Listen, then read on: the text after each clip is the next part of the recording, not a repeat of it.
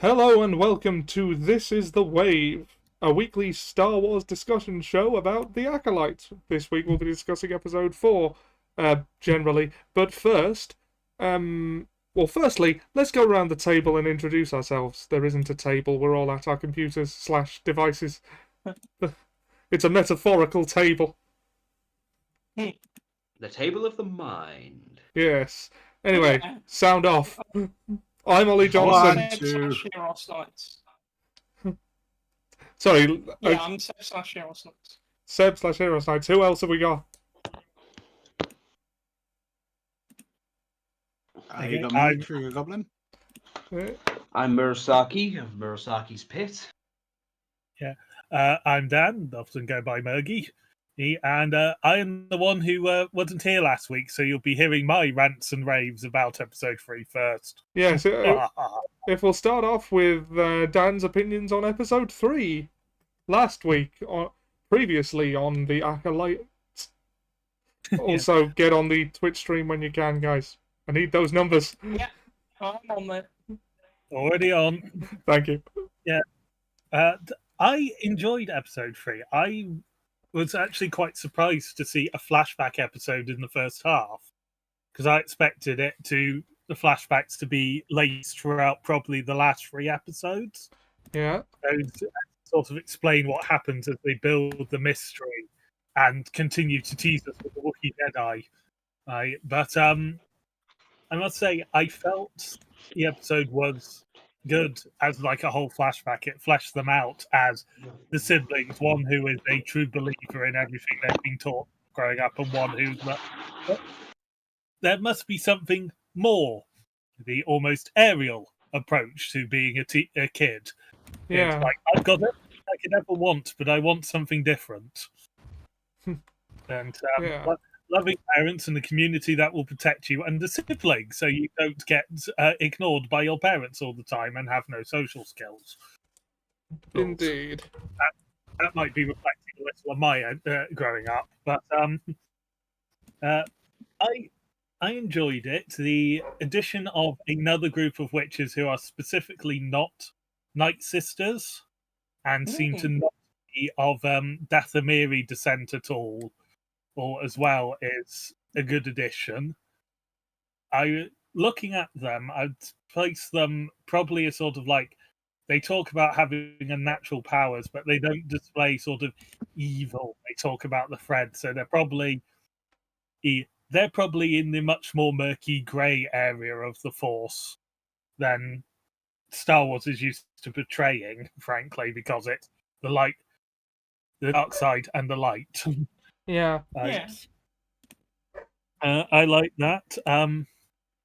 I think that also supports sort of like some of the divides within the coven between Mother Coril, aka Horny Mummy, and Nasea, aka Tall Mummy, or Black Mama, or Black Mummy. But Coril is definitely the more sort of, we must protect everything about the coven, and I think that possibly draws out of and this is drawing a little on legends, but what they said also seems to imply it's the case. The Jedi have final say as to what Force orders are allowed to exist under Republic law.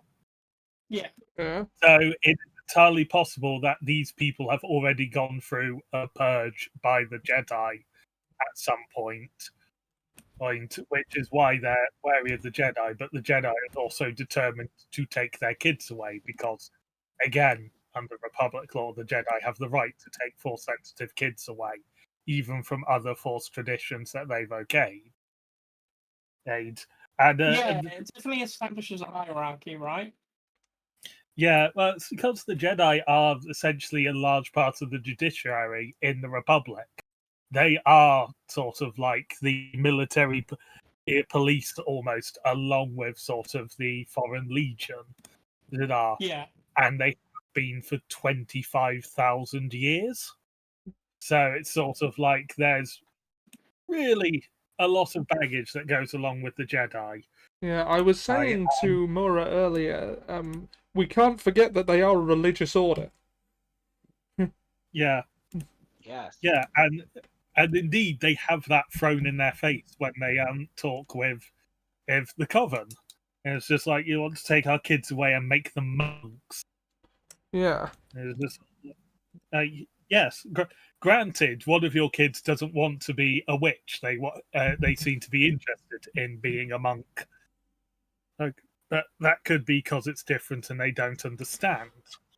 And, Well, if they've been on the planet, you know, all their life, and that's all they've ever known, some people, not everybody's going to be content. Yeah. exactly. You're going to have that one kid every so often that's like, yeah, I'm kind of sick. I'm kind of sick of this. Is this really all there is? Yeah, and Because I noticed then, that one of them is really willing to like pay attention, and the other one is just really willing to faff about. yeah, That's a good way of putting it. a lot of the fighting in the background in that scene is Mother and Isaiah had hovered a piece of food between them, and Osha took it, and May interpreted it as distracted and not paying attention, and as siblings do, tried to force them because it's like behave like me, be like me, as definitely behavior I've observed amongst twins I know. But there's also but I want to be different because we are so similar in so many ways. But yeah, Osha is definitely the sort of one who has their mind wanders a lot more than May's. Yeah. Which is probably why May would make a useful acolyte, because they are focused and driven. And whereas it's also probably why Osha didn't make a great Jedi and chose to leave the Order, is they are not single-minded. May And also was of the disposition to readily buy into the witch's doctrine as well. She's very wired that way. It seems. Yeah, that could be a side effect of how they were conceived, because it is entirely possible. I have a note for this later on, but I'll cover it quickly now. If they were conceived through the use of quote unquote forced sorcery, it is entirely possible that they were split down, sort of like both the light and the dark was used to create them, and they serve as the balance for each other, as they are their own sort of one is yin and one is yang predominantly. They have a little of each. They have a little of the other one in, but one is predominantly drawn more towards the mindset of a dark sider, and one more towards the mindset of a light sider, maybe, or maybe it's just sort of one has attention issues and one doesn't. Maybe. The fate of the coven, so the end of the episode after May goes all pyromaniac on everyone,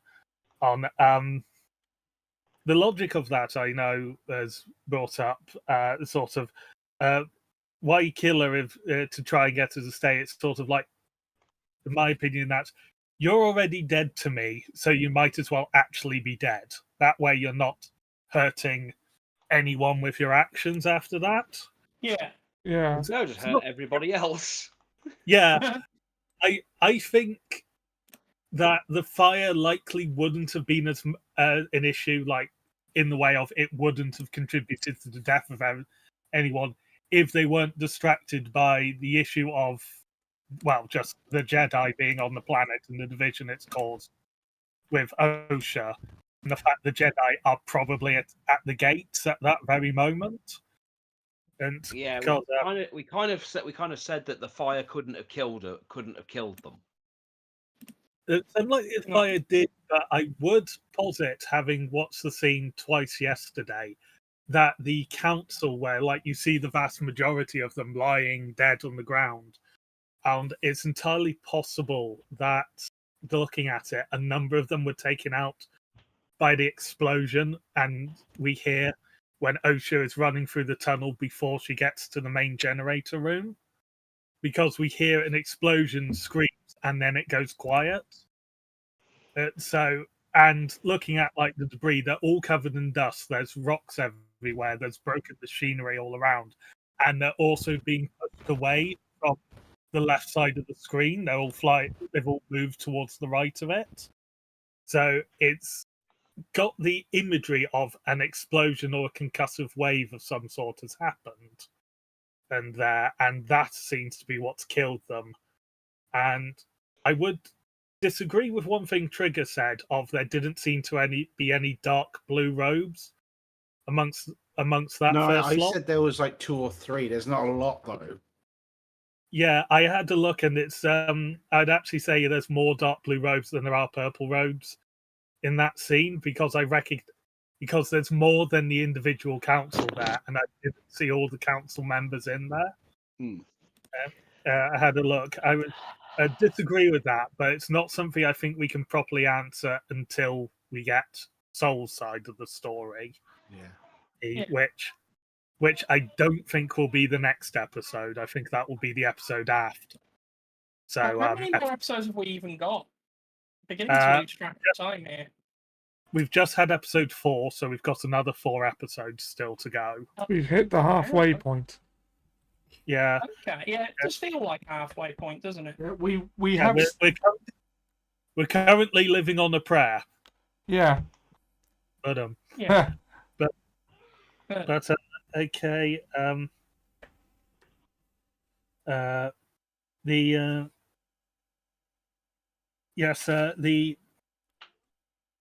The matters of is not potentially having Zabrak, Mother Corhill's species traits physically. We know from sort of the use of force powers to either mutate, create, or alter life that often what it does is it takes traits from one thing and expands upon them, like Anakin's miraculous conception. And if it was not involved with any sort of force trick or anything, Anakin would have been a girl. Because it's only drawn. Yeah. But Anakin had to be a boy because we knew Anakin was a boy because he's Vader. Oh, yeah. It's the father of that. But a lot of what determines whether in humans, male or female, is DNA is codes of DNA taken from sperm, not eggs. So force sorcery and force trickery and stuff like that does ignore a lot of the conventional rules of passing on traits between hybrid species, which and also can just go, you know what, I'm going to give this Mon Calamari poison spines and fur. Because that's what Sith sorcery does. Indeed, you get entire species created from it that were once like the Terentatek was once a rankle. They don't look alike anymore. Yeah. Did the Jedi start the conflict? I'm going to say yes, the Jedi started it, but not necessarily the actual fight at the moment, but sort of like the whole problem from the beginning. The Jedi started that. Mother Corhill. I think they probably escalated it beyond a point that could have been salvaged, if that makes sense. Yeah, Mother Corhill, I think, would have been perfectly ready to lead a team after the council meeting. And noticeably, she's one of the council members I can't find amongst the dead. So horny mummy. I don't think she would have skipped the meeting because she had a chance to persuade at least a couple of them to her side. And also, if she left Mother Anasea unopposed, if she'd acted against the Jedi, she could have been ostracized from that. Jedi escalating it, yes. I think probably Torbin is the one specifically who escalated the problems. The Padawan at the time. I mean, he was the guiltiest one of the lot, and also he has that scar down his face, doesn't he? Yeah. So I don't feel like you should go back to a flashback without a scar, and then later on with a scar, unless you're gonna like show how that happens. The thing is, watching the end of episode 3 again, when they're in the med bay, you can see Torbin has gained the scar. It's a background detail, but I missed it the first time I watched it, and then I deliberately rewatched the scene to check that. because I was thinking that he wasn't in the scene at first, but no, he was. So he definitely gained the scar from this, and Torben, I think, is the most likely candidate to have escalated it because Mother Anastasia really fucked with him. She didn't choke him out. She did something much. She stuck him into his worst nightmares and threatened to essentially scramble his mind like eggs in an industrial blender. Like he's clearly scared and in pain when he's not like in pain in the way of I'm being choked. He's got sort of like fear response. Traumatic pain. Yeah, And that's then, what we said that it wasn't. I think I said to Ollie that wasn't normal force choking. That was something much more because force choke. The worst force choking usually does to your eyes is cause them to roll back. Yeah, it's and then when he comes out of it, when Mother Anastasia lets him out of the state, he's reacting as if he's just woken up from a bad dream. Yeah. He, sort of like your fear response has been so much that it's kicked you wide awake and you're ready to run for the hill. And I've been there a few times. Could Mother Anastasia have... I think Mother Anastasia could possibly have there been a fight, and that's why part of the council were taken out by the explosion. And Mother Anastasia has definitely displayed she's more powerful than at least two of the members working together. Whether she's enough to take out the whole lot, I don't know. But we've also barely seen any demonstration of any of their powers. Like, we've not seen much from May or from Osha. Even like ironically, the one we've seen the most force powers from is actually at the end of episode 4 when the Master turns up. But he's the one who's just... Yeah, so we'll come back to that one. Jedi started it, yes. When I say with them, Mother Corhill Strike Team. I think likely the group at the front were a guard that sort of, if the Jedi had not already entered by the time the explosion, would have attacked the Jedi just for being there when an explosion happened. But again, it's just hard to say whether that was a strike team ready to go and deal with them, entirely possible, or just guards, which they would have. The dyad, or dyad, probably the most complicated bit. I think, yes, they probably are going to turn out to be a dyad. This also got reinforced by the decorations that Kalnaka created in episode 4, or where we see he's got all the yin-yang spirals going in decoration. So I think they're going to turn out to be dyad. I don't think they're going to retroactively state that Luke and Leia are a dyad. I mean, this won't be the show to do it, even if that were the case. Yeah, but just I know it got brought up. The main reason I'm going to say I don't think they're going to do it is A, it's not the show to do it, and B, this one is more hope than think. It's just like, it just gives more firepower to everyone who hates Disney canons. Like, see, they can't be consistent with their own lore, and it's just not worth doing that. And Luke and Leia's connection is already... please those kind of people anyway. Yeah, but the easiest way to not piss them off is to not give them firepower or like additional firepower, and ignore them anyway. But anyway, I would say a sort of like Luke and Leia doing extreme sort of communication things and knowing each other okay is because they technically both have the same potential as Anakin before he lost any limbs. So amusingly, after episode 5, Leia has greater force, could become a more powerful force user than Luke, because you can't use all your force power the more mechanical you are. Hence why Vader is weaker than Anakin could have potentially been. But it's going to be a chunk with that, is what I'm going to chalk that up to. Not relevant to the last episode of the Acolyte, but I remember it being brought up, and as we're discussing dyads, it seemed relevant to address. Yeah. That's sort of my opinion on that one. Give it 2 weeks, and Disney will probably have contradicted me completely. But we'll see. Tobin started tattoo.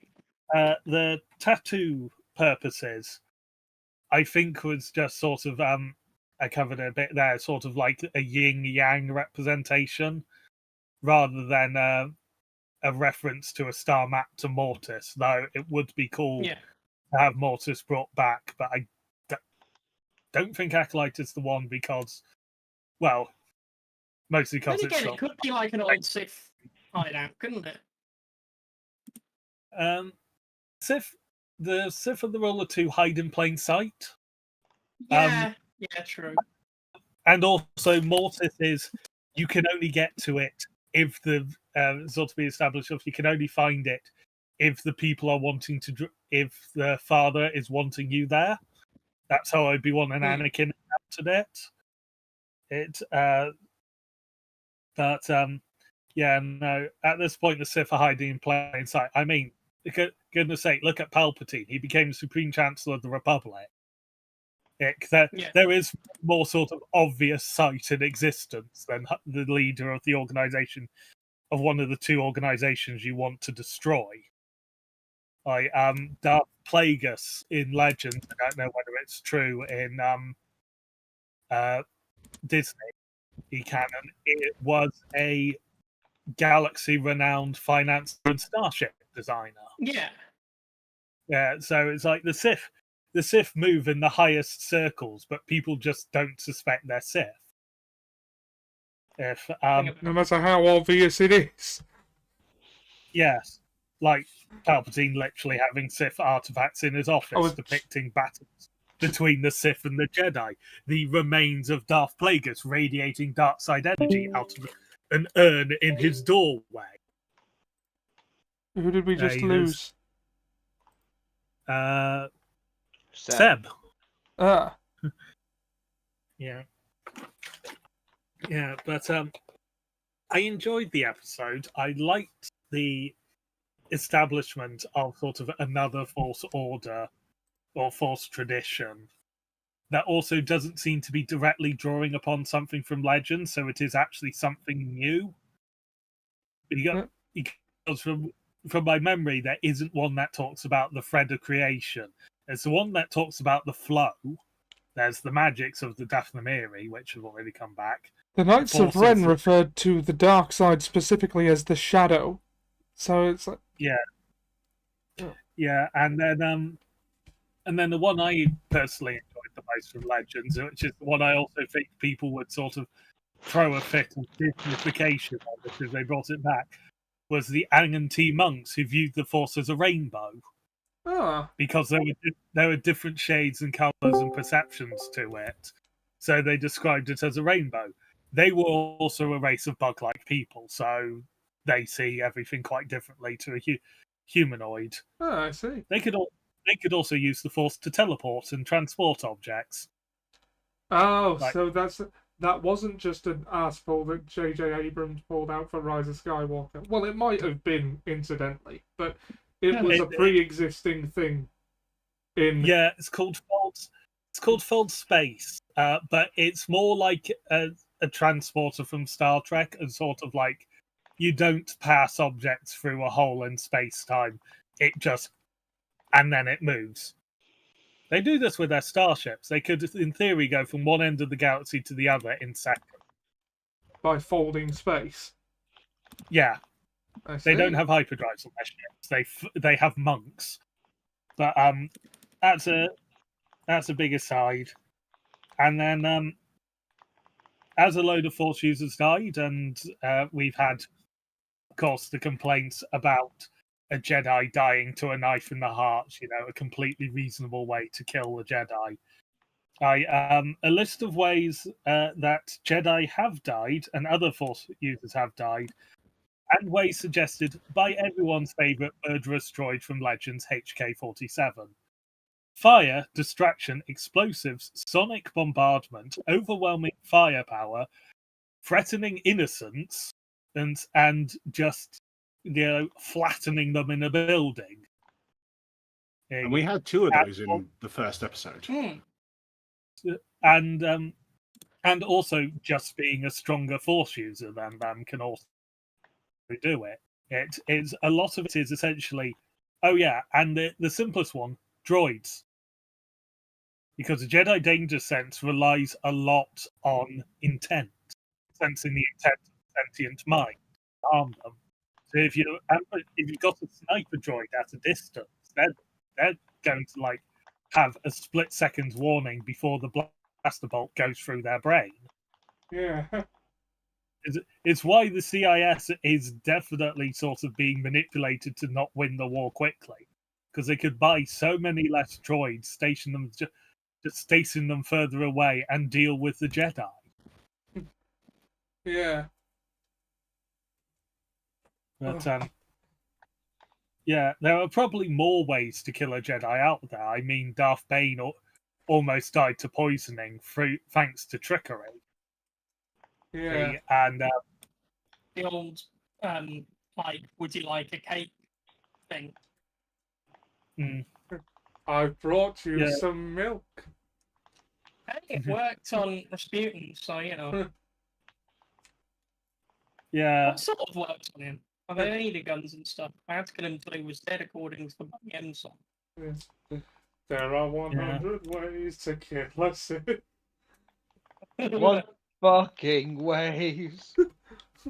Yeah. No, also another way to kill a Jedi: orbital bombardment. That's it. Fix them.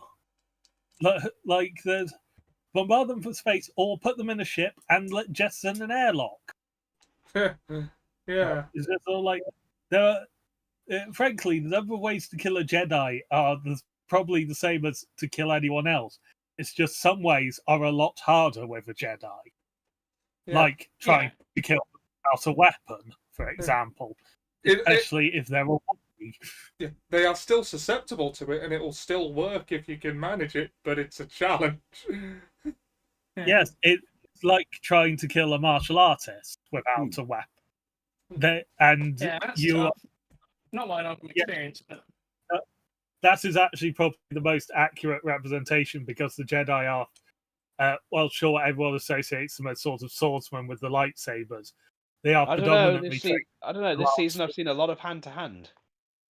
Yeah, they're drawing upon that. Like, they are closer to sort of Japanese Chinese monks, where they learn martial arts and weapons are secondary in that. And they are finally sort of showing that off, which I think is absolutely brilliant. And they've had choreographed martial arts bouts. Also, not to be that guy, but technically swordsmanship is a martial art. Yeah. Okay. Armed combat bouts, rather than... And if you count Dante, apparently throwing dynamite is a martial art. It's not even supposed to be here today. Yeah. Not that Dante.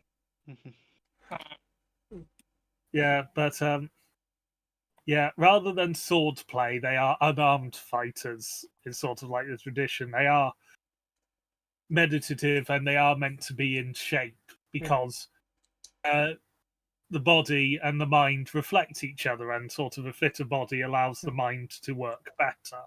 And it's been established in other media that the Force can augment physical prowess. And also, I know this is non-canon, but I don't know if you ever saw the Tartakovsky Clone Wars cartoon miniseries, but there's I think it was the first episode of that, Mace Windu just goes full Fist of the North Star on an army of battle droids. I would say that complete with machine gun punching. Yeah, I would say that I can actually believe that those cartoons exist within the Star Wars universe, not as events that actually happened, but the propaganda versions of the event. You're not Like, the first makes person I've Readings of heard the say Clone that. Wars cast. Yeah, that's one of the readings of the Clone Wars animated, as in CGI show. You're not the first person I've heard that take from, but I do agree that if it has to exist somewhere in the universe, they're propaganda cartoons, like pro-Jedi. Yeah, like I can believe Mace Windu still went complete Fist of the North Star of the Droid Army. Well, a lot of the, may didn't not a be lot of as the Clone Wars have the propaganda intro? Yeah, that's Yeah. why it's Admiral Yularen doing that. I think that's interesting considering he becomes like a intelligence agents for the Imperials. Oh yeah, and I have one last note for the episode 3, and this is to do with fan backlash of Immaculate Conception isn't special the second time around, as Ollie puts it. Puts it the best way. From the description, Anakin and Osha/May are actually completely different situations. Because what is established in lore is that Mother Anastasia created Osha and May, and Corhill carried them. What it is with Anakin is Sidious and Plagueis performed a ritual to try and take control of the midichlorians, and the Force rebelled and created Anakin. Mother Anastasia and Which is Corhill, no longer Mother Anastasia created them to design, whereas Anakin was a byproduct of a ritual that went wrong. Or more exactly, the Force going, you know what, I don't like this. I'm going to create the person who will eventually throw one of you down the reactor shaft. Yeah, the Force has a sense of spite when it comes to that sort of thing. Well, And humour, apparently. Well, we know that the Yeah, Force and has a humour. will. Yeah, Yes. where there's a will, there's a way. Well, not to be confused with the wills of the Force, which is spelled WHILLS. Which are a sentient Yes, species. who are a sentient species who are they're the sort of theatre mask weirdos that Yoda met in the original ending of the second Clone Wars series before they did season 8 with Darth Maul and Ahsoka dueling on Mandalore. Yeah, I remember those guys. Yeah, those are the wills of the Force, not to be confused with the will of the Force, who is just a bloke called Will, who's in charge of the Force. That'd The be a good name weapon for of a the Force. podcast if it was like a Star Wars fan whose name was Will. Yeah. But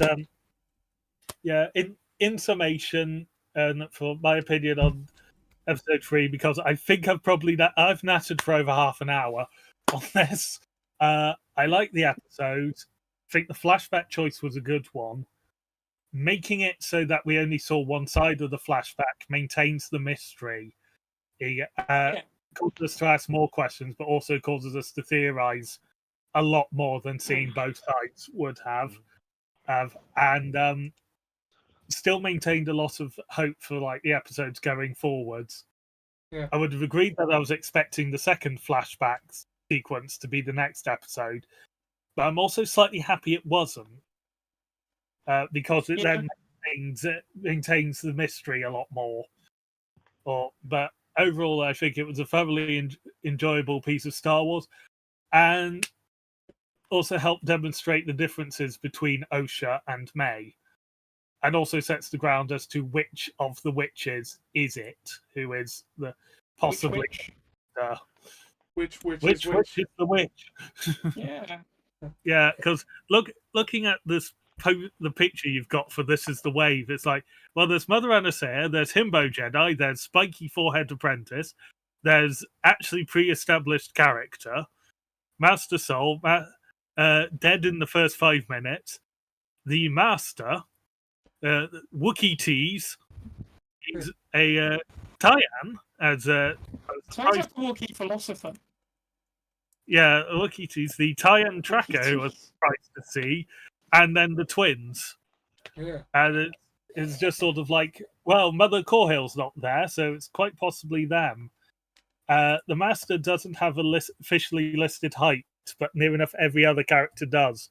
So now to work out which one seems the most realistic height comparison between Osha and the Master see if it's any established. But yes, that's me ranting about episode 3. The fact that they're probably never going to name an episode OSHA violation is a tragedy. Yeah. Oh, yeah. That reminds me of a comment I made to Ollie. It's just like, we can tell that OSHA does not join the dark side because otherwise there would have been railings on the first Death Star. Oh, I see what you mean by that now. Yeah. So I thought that was some sort of lewd comment. No, no. Safety violation. I mean, there may well have been not- that kind of railing on the first Since the step. last time we met. Okay, But yeah, well- we don't know what Tarkin was up to in his spare time with the other officers. we do know what Tarkin was up to in his spare time in canon. He was having an affair with a stormtrooper. Oh yeah, that's true. Yes. How about I get a hold of your helmet? Yeah, a stormtrooper that Han / Luke killed in because it was one of the ones that was guarding the ramp of the Falcon. Oh. That's funny. It's tragic in some Reminds way. me, you know, in New Hope where he says that what's going on, maybe it's another drill. As a kid, I thought he said maybe it's another girl. Mm, Maybe it's another girl. yeah. OSHA is 167. All right. So it is. In conclusion, you liked episode 3. Yes, I enjoyed episode 3. And I'm looking forward to seeing the other side of the conflict, or the other side of events, Yeah. and sort of like, Because well, like, Master Soul explaining it. yeah, because like we all know that fire's not what killed those bodies in the courtyard, right? Undoubtedly not. In the courtyard, no, that looks like, well, what happened when Anakin strolled through the temple during Order 66. He sliced bodies and they are just left where they are. Where they. Oh, fought. that looks like that happened again. Yeah. But this time it's the Jedi think they're doing the right thing. But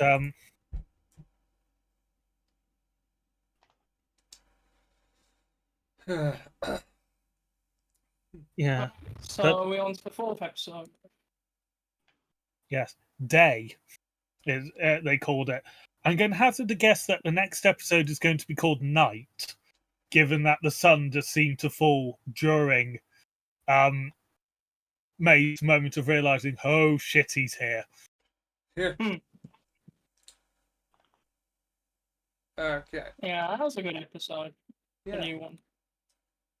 Yeah, I was happy to see the return of the Himbo Jedi. Yord. Yes. Yeah. Continuing to be a bit of, they've given me responsibilities I'm not ready for. Ah. Yeah. Yeah. And okay, so does anyone want to lead with what they thought of this week's episode?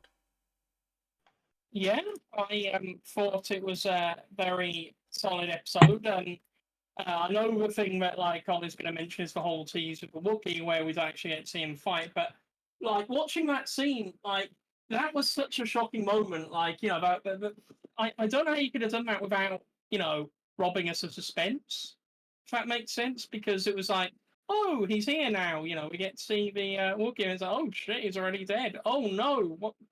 They're in trouble. No, yeah, I know. It was a well done scene, but I wanted to see a Wookiee Jedi throw down. And I don't it's get another- to. I think you're going to get to see it. I think they're going to show that fight. Yeah. Oh yeah. Yeah. Very well could Yeah. be the case. I know. But it's a thing now that I keep complaining about being teased with that. Yes, by TriggerGoblin. Tease him with that Wookiee. Yes. Tease him, baby. Running gags, we got them. Yeah. I like See, it. now, if anyone else had said that, I'd say they're being insensitive. Mm. Yeah. Oh, it took me an embarrassingly long time to get that joke, but I got it. Right. So yeah, episode 4. I thought it was pretty good. Bit short, but then better short than padded. So if it was as long as it needed to be, that cliffhanger was a dick move, but I understand why it was made. Yeah. To be fair, it's Disney procedure though. They know what they're doing. They're cutting it right when you're getting into it. Yeah. Yeah, they do love doing that. Yeah. I mean, very much by design, of course. Oh, of course. So I think the sorry, go on. I was going to say the problem is with Disney is if they do it too often in the same show, it turns into like Hawkeye when you're like, no, this was just a film you cut up, and it's like, don't do that with everything because it literally starts feeling like it's a thing you cut up. Yeah. Yeah. It's the same feeling as when you sort of like you get the true ending of the game in DLC. It's sort of like you feel like they've deliberately robbed you of the satisfying experience to make money. Yeah. Even though in this case you're not having to go to the cinema and buy a ticket to see the next one, it still can leave you with that sour taste in your mouth. Yeah. Yeah, I don't think Disney have got. I don't think Disney have got the leeway to be doing that with people at the moment. Yeah. Clear something up for me, someone who remembers. The bit where Soul cuts that bug in half. Is that the first time we've seen a lightsaber used in this series? Like, we've seen them drawn before. I remember commenting at the time, and I think it might be, you know. Yeah, it might be. It's the first time it's been used to kill. Yeah. We've seen it used defensively because Master Indira cut about 5 knives in half in the first episode. Oh yes. But, yeah, it's the first time we've seen it used offensively, and we've seen it drawn in sort of like an implication of violence, and then we've seen Yord just use it as a flashlight. Yeah, as well. I actually respect the restraint there, because we're halfway through this series, and we've not. And we've seen exactly one offensive strike with a lightsaber. Yeah. In which, visibly, the Master has appeared twice, and they haven't yet offensively used the lightsaber on screen. Yeah. Like, it's been used sparingly and therefore will. Yeah. Well, we've got we're halfway through. We've got through. We were still in the setup phase until now. This is where they got to start paying stuff off. I mean, for me, it's been paid off well so far. Well, yeah, the stuff that has been doing well, but we're still very much setting up the mystery of what actually happened that fateful night, and who the Master is. You know. And Maura, I know you have a theory as to who the Master is that I've seen floating around since you told me. Yeah, I have a theory. It's her guide. Yeah. Yeah. Quimir. Ooh. Quimir. That's good, Sam. I like that. Because that would be so good. Well, my thought process is now again. I could be wrong, and it could easily be a red herring.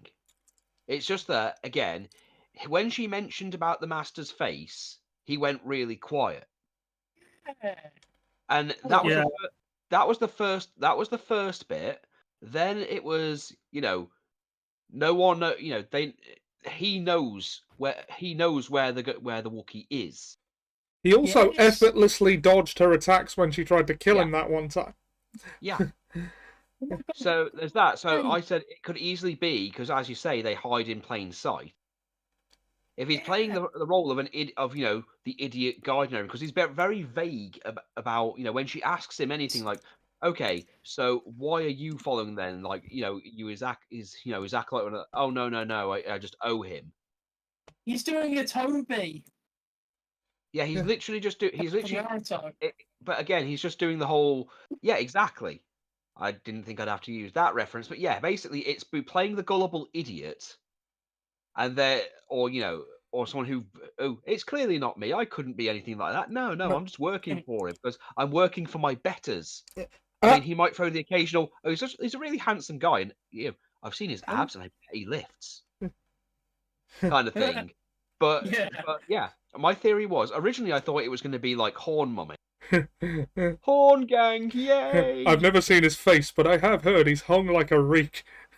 Yeah, something like that. But then, of course, she left him alone, and she left that guy alone. And even she said, "Yeah, I doubt he's going to find me without a guide." Because it made it very clear that the reason that guy was there is because he can guide her to the Wookiee. He knows exactly where he is and everything. And somehow he got down. Yeah. And somehow they got down, got to the Wookiee before her, and then still had time to go back. Yeah. And make his dramatic entrance. What? Also, yeah, he referenced Pieces of Lie as well. That's the first thing we hear him say. He said part of the Sith code, and it would explain how he was there, why he was there, and how he knew to kill the Wookiee because she wasn't going to. Yeah, because I was a bit confused when he turned up in this episode, because I was thinking, well, it's limited to. Is he still relevant? Well, the information is limited. That's the thing of where the Wookiee is. The Jedi barely know where he is. They knew that he was being pursued. See, I'm gonna have to piss on your fire here. Go ahead. Again, it's just a theory. No, this is the thing. The problem is the killing without a weapon. If he knew the poison wouldn't count, therefore he can't be the master. No, I think that he is testing how closely he should be paying attention. Yeah. I think it might be just a red herring mislead. No, I want to keep entertaining that possibility. Yeah, that's the thing. That's why I said it's probably a red herring, because they're probably expecting people to come up with it like this, like what I've just done. Do all that and say, well, he was there. And it could easily just be he was pursuing them from behind to make sure it was done. Yeah. Based on the information we, the audience, currently have, this is what makes sense. Yeah. The logic in it states that if it didn't count, why would you direct it to them to do it and give them the weapon to do it? You're like, so I think that's the out of the red herring notice. It's literally, did anyone notice that he gave her the poison, which means that it wouldn't complete the goal? Well, yeah. However, if they're looking to shaft their own apprentices, even if it's just for their own amusement. Maybe. It could easily just be a test to see if she would actually do that or stick to the no, I'm doing it this way. Also, she only had to kill one Jedi without a weapon. Yeah, that's the thing. Admittedly, Master Torbin is the easiest of them from just on paper to kill without a weapon, because he has been silent, meditating for 10 years. So I don't. If he was the master, I don't think he'd fuck over the easy one. No, that actually makes more sense for the Sith's twisted mindset of you don't take the easy one. Anything that is easy, I will take away from you. Tell me what you love so I can destroy it. Yeah. That is amongst their philosophy. But I have a theory about the master. If they turn out to actually be a Sith, I don't think it's a Sith master. I think they're the Sith apprentice. It's too, Gran. Yeah. It's based entirely upon that apprentices are established multiple times that apprentices are the ones who will take on retainers like acolytes and personal assassins much more often in a search for a potential future apprentice for when they kill their master. Because or sometimes for help killing their master. Yeah, which goes against the rule of two quite badly, because Sidious started training Maul before Plagueis was dead, because Plagueis dies after Maul, That's right. Yeah. or after we think Maul dies. Like if it was just when they first introduced, Plagueis dies the night that Palpatine comes back from Naboo after Maul's dead. Yeah. Can I So- just say about that? I know Darth Plagueis isn't strictly canon anymore, but I love in that book the fact that his name's already Maul when he's given to Palpatine as a baby, and he just slaps Darth in front of his actual name. I Yeah. mean, he does take some time to think of his Sith names, doesn't he, Palpatine? Because it's like Darth. Vader. Yeah, Vader will do. Yeah, Yeah, he could have been Darth Gavin. Darth Paul. Darth Paul. Well, I'm Darth Paul, and I've joined the dark side. You know? Daft Punk. Darth Yeah. Punk. I mean, they've got the map Jim. for it. Yeah, no, he could have been Darth Jim. Because like the story of Darth Plagueis involves someone just walking up to Palpatine on the street and handing him baby Maul and saying that's his name. Yeah. Yeah, and, it changed it. It changed it when it came into Disney that he took Maul from the Night Sisters, and Mother Trajan is actually his biological mother. That's why she hates. Right. Yeah. 1000. But his name was still Maul as a kid, because remember his brothers are Savage and Fury. Maul, Savage, and Fury. Yeah. Fury is also an absolute weakling and a coward. Yeah. Those names are so stupid.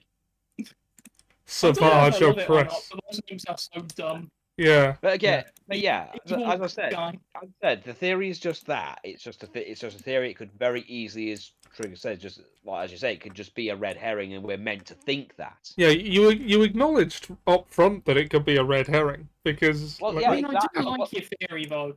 Well, that's the thing. It's only episode 4. It's just throwing it because the show's been doing a lot of, even with the first episode was trying to throw a few twists here and there. It's got more, as I said to you earlier, and sorry if this makes anyone uncomfortable. It's got more twists than a dominatrix specializing in ball torture. ooh. That's a good one. Yeah. Yeah. My thought is, I was having a look at it, taking into the helmet and sort of like the outfit they're wearing. I would say, I've also had like the look at it. It's just like, Quimir seems like he could be the master. I'd also say that when the master appears, they're not quite tall enough. Taking into the eccentricity of the helmet, I would say that they would be a couple of inches taller if they were Quimir, because he's the best part of 15 centimeters taller than Osha and May. If he wore makeup, would it be Khmer Rouge? Sorry, I didn't catch that, Sam. I said, if he wore makeup, would it be Khmer Rouge? Possibly. But I would say an eccentric thing with that helmet is it would fit Mother Anasea's hairdo in it. And They do how... say he a lot, I said before I thought it was probably one of the mothers. Yeah. Mother Anasea and Mother Corhill, I think it's with the helmet, because the helmet is oversized, would be good candidates, because both of them are not that much taller. Mother Corhill certainly is only a centimetre taller than Osha and May are meant to be. So with the helmet, it would seem about the right height. And the way the Master's robes are lying on them is the same way as Mother Anasea's robes were lying on her in the previous episode. Well, I think what we can agree on is they've got enough candidates. Yeah. They've got enough candidates to keep us guessing. Yeah, they've got. It could be one. It could be one of the mothers. It could be one of the mothers. It could be, Yeah. or it could just be someone. Or it could be someone we don't know. Yeah. Although, now you mention that thing about the height not being confirmed, that is leading me to believe it's someone we do know. Yeah, because the only two characters who have the same height as each other from just looking are May and Osha. And in that scene, we know that neither of them are the Master. So the confirming how tall the Master is would also point very firmly towards a single candidate. Yeah, pardon me. Though I did see hinted at an interview because there have been 2 interviews that have stated that it's a Sith, but the problem is the magazines and the interviewer putting that in, not the person who's actually worked on Acolyte saying that yes, they're a I Sith. see. But the costume designer for the helmet said they deliberately invoked like the image of teeth along there, and that they are possibly more than just for show. So we may see the helmet open creepily in a future That would episode. be cool. Oh, like Predator. I was thinking like Venom. Yeah, it was sort of Venom is sort of, but also Predator also came to mind as well for me. So there are some ways in which they could do this. I don't think the helmet is going to hinge and like fall off that way and that's like the hinge and the rim of it. Yeah. Because a jaw-dropping moment if it did happen that way. Well. Yeah, but I must admit, I do like the close-up look we got of the helmet. It does seem creepy because there's no obvious eye gap apart from a small dip on one side, which also lends idea it's someone who's been injured if they only need like one possible eye gap. Or it speaks to... It's a very impressive helmet. It'll do that to you. Or it speaks to a powerful enough connection to the Force that you don't actually need to use your eyes. Yeah, true. That could make if it's not someone we've seen before, make the Master a Maraluka if they decided to bring those into canon. Oh, what if it's the blind? What if it's the blind guy and the poison wasn't real?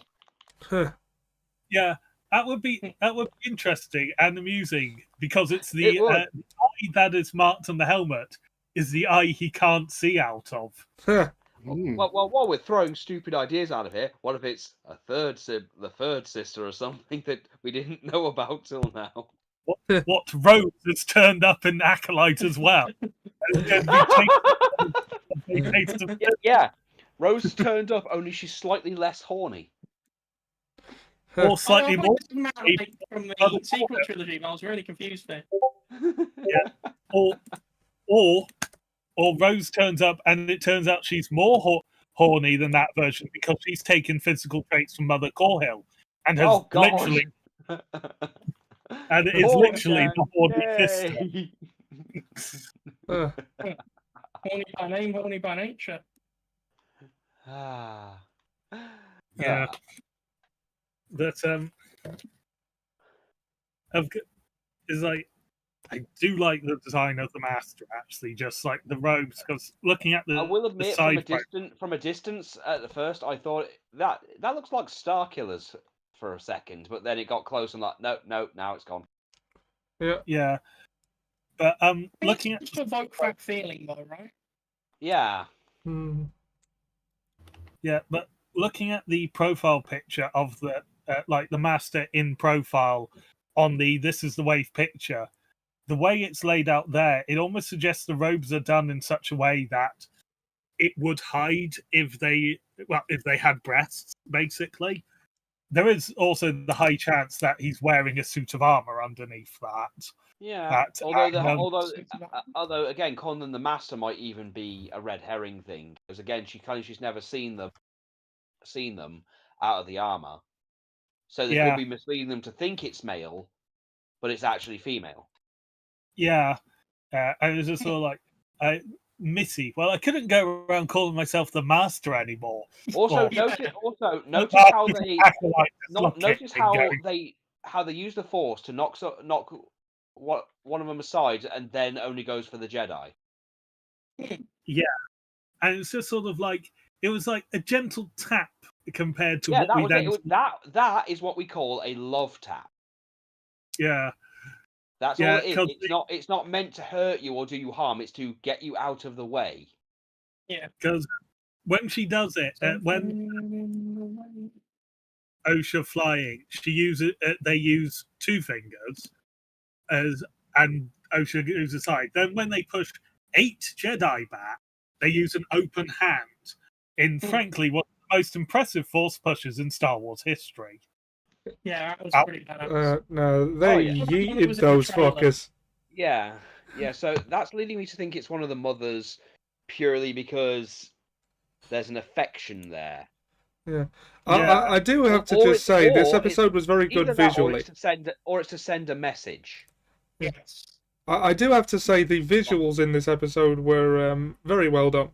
Especially that when May realizes the Master is here, it goes dark. Yeah, I know. We made the Undertaker. Like, We made the Undertaker joke there and then when we watched it. Gong. Yeah. Yes. That's also part of the basis why I think the next episode is called Night, because the night has dropped and it's like it was the day there was hope, and now the Master has turned up. It is night. We are in trouble. Yeah. Because also those creatures, because I watch it with subtitles because I struggle to hear half the time.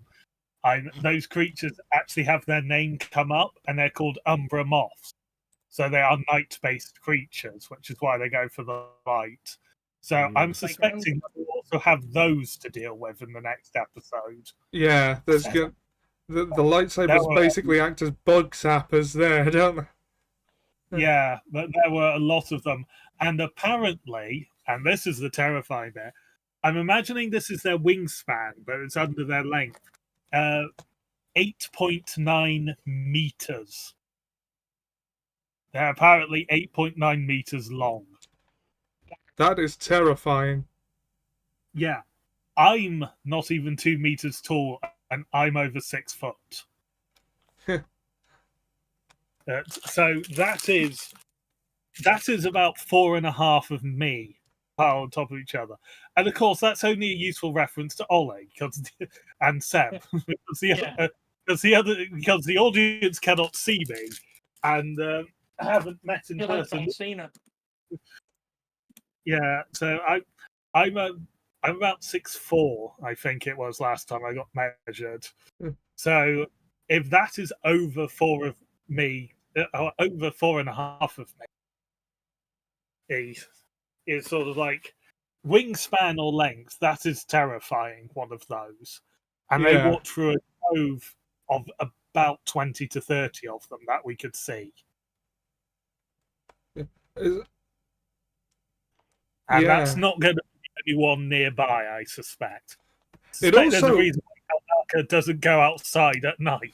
What little we see. It also establishes that Osha is starting to reconnect to the Force. She said she's starting to sense things again. Yeah. So we've got the sister off to come, haven't we? Yeah. I mean, they've got to fight. Well, but there's also the whole thing that she's having second. Yeah, I mean, they've set up the whole she's having second thoughts thing, though that might change very soon. Yeah. Well, May is having second thoughts. She wants to go back to Osha. Osha has not forgiven her for what she did. Well, it's hard to because as far as May's concerned, as far as she's concerned, she kind of burnt the place down and killed everybody. Yeah, but also, I think you could really call that like a bit of trolling, could you? Yeah, I do want to call to attention that I think Soul says to Osha, she's still your family. I want to say right now for the record, fuck that. Fuck that right off. I mean, yeah, but it's in the themes of the show, isn't it? It is. Well, you know what I've always said. Well, you know what I've always said, Ollie. Friends of the family you choose. Family are the strangers you're forced to put up with. Yeah. But in Star Wars, the family is a big theme, and the redemption by family is also a big theme. So I guess it's okay. Moment. What? I mean, it's literally Luke's Bruce Willis moment. Yeah. It was established in every canon that it is literally Luke's destiny to redeem his dickhead of a father. That's a kid's job all the time. For him. Yeah, Leia always seemed to have more leeway in acknowledging just how bad he was. Well, she was tortured by him. I mean, yeah. Leia does not give a crap about like Darth Vader and Anakin, father or no, because like as far as when she does come to peace with it. Yeah, she's come to peace with the fact that he is her biological father, but as far as she's concerned, he killed her real father and older. Yes, the Dorkley video on it, still holds true. I don't remember When he's, it's when the Force Ghost comes back. The Force Ghost comes back of Anakin, and it's like, oh, sorry, Dad, I just thought that Force Ghosts are for, not terrible people. And he goes on, and like the rest of the Force Ghosts are just like, oh, it's just a whole no time for his dad thing. Ben, he killed you. Oh, you need to learn to forgive people, Luke. Just like I forgave him for killing the younglings. Wait, he did what now? Oh, yeah, the younglings. Oh, you would have loved them, Luke. They would have these little tiny lightsabers, and I killed them all without remorse. Wow, that is somehow worse than I thought. Have fun in space hell, Dad. Then Leia comes over, and he's like, oh, Leia, you look just like your mother before I strangled her. You tortured me and blew up my planet. Oh, honey, that was years ago. Really holds a grudge to this one, and then she spits at his Force Ghost. Yeah. Also, what gotta ask, what do we all think of Basil? Oh, the Tynan. It was a Basil Brush reference in Star Wars, so it's just like Dragon Ball Super in that regard. Vroom vroom, and all that good It was a Jedi rather than a guy. It's like, is it a bit speciesish to assume that guy is not a Jedi because he's like a little furry dude? Look, there was a cat person literally I assumed behind. he was. Yeah. Yeah. Well, all I'm going to say on the matter. As long as shooting Dench has nothing to do with it. Well, because he was wearing the civilian robes, wasn't he? Because that's why she said, I'm not wearing the civilian robes, and then they put her in them. At which point, the guy next to him wearing exactly the same outfit. You're like, yeah, that does mark him as a civilian. Yeah. I see. Okay. So it wasn't just, oh, well, he doesn't look like a Jedi, so he can't be one. Yeah, no, he is a tracker. The Tynans are well renowned as sort of trackers and philosophizers as such. They're beavers in space. That's literally what they're based on. They're beavers in space. Sounds like a very good old pulp movie, like Beavers in Space. Sounds like a good porn movie. Yeah, no, they're a bit shorter than I expected. Yeah. That's no. I've got a bit to say about going back to the death of the Umbra Moth, and sort of like the conversation between Osha and Jeski, the Soul's current Padawan, on the nature of death.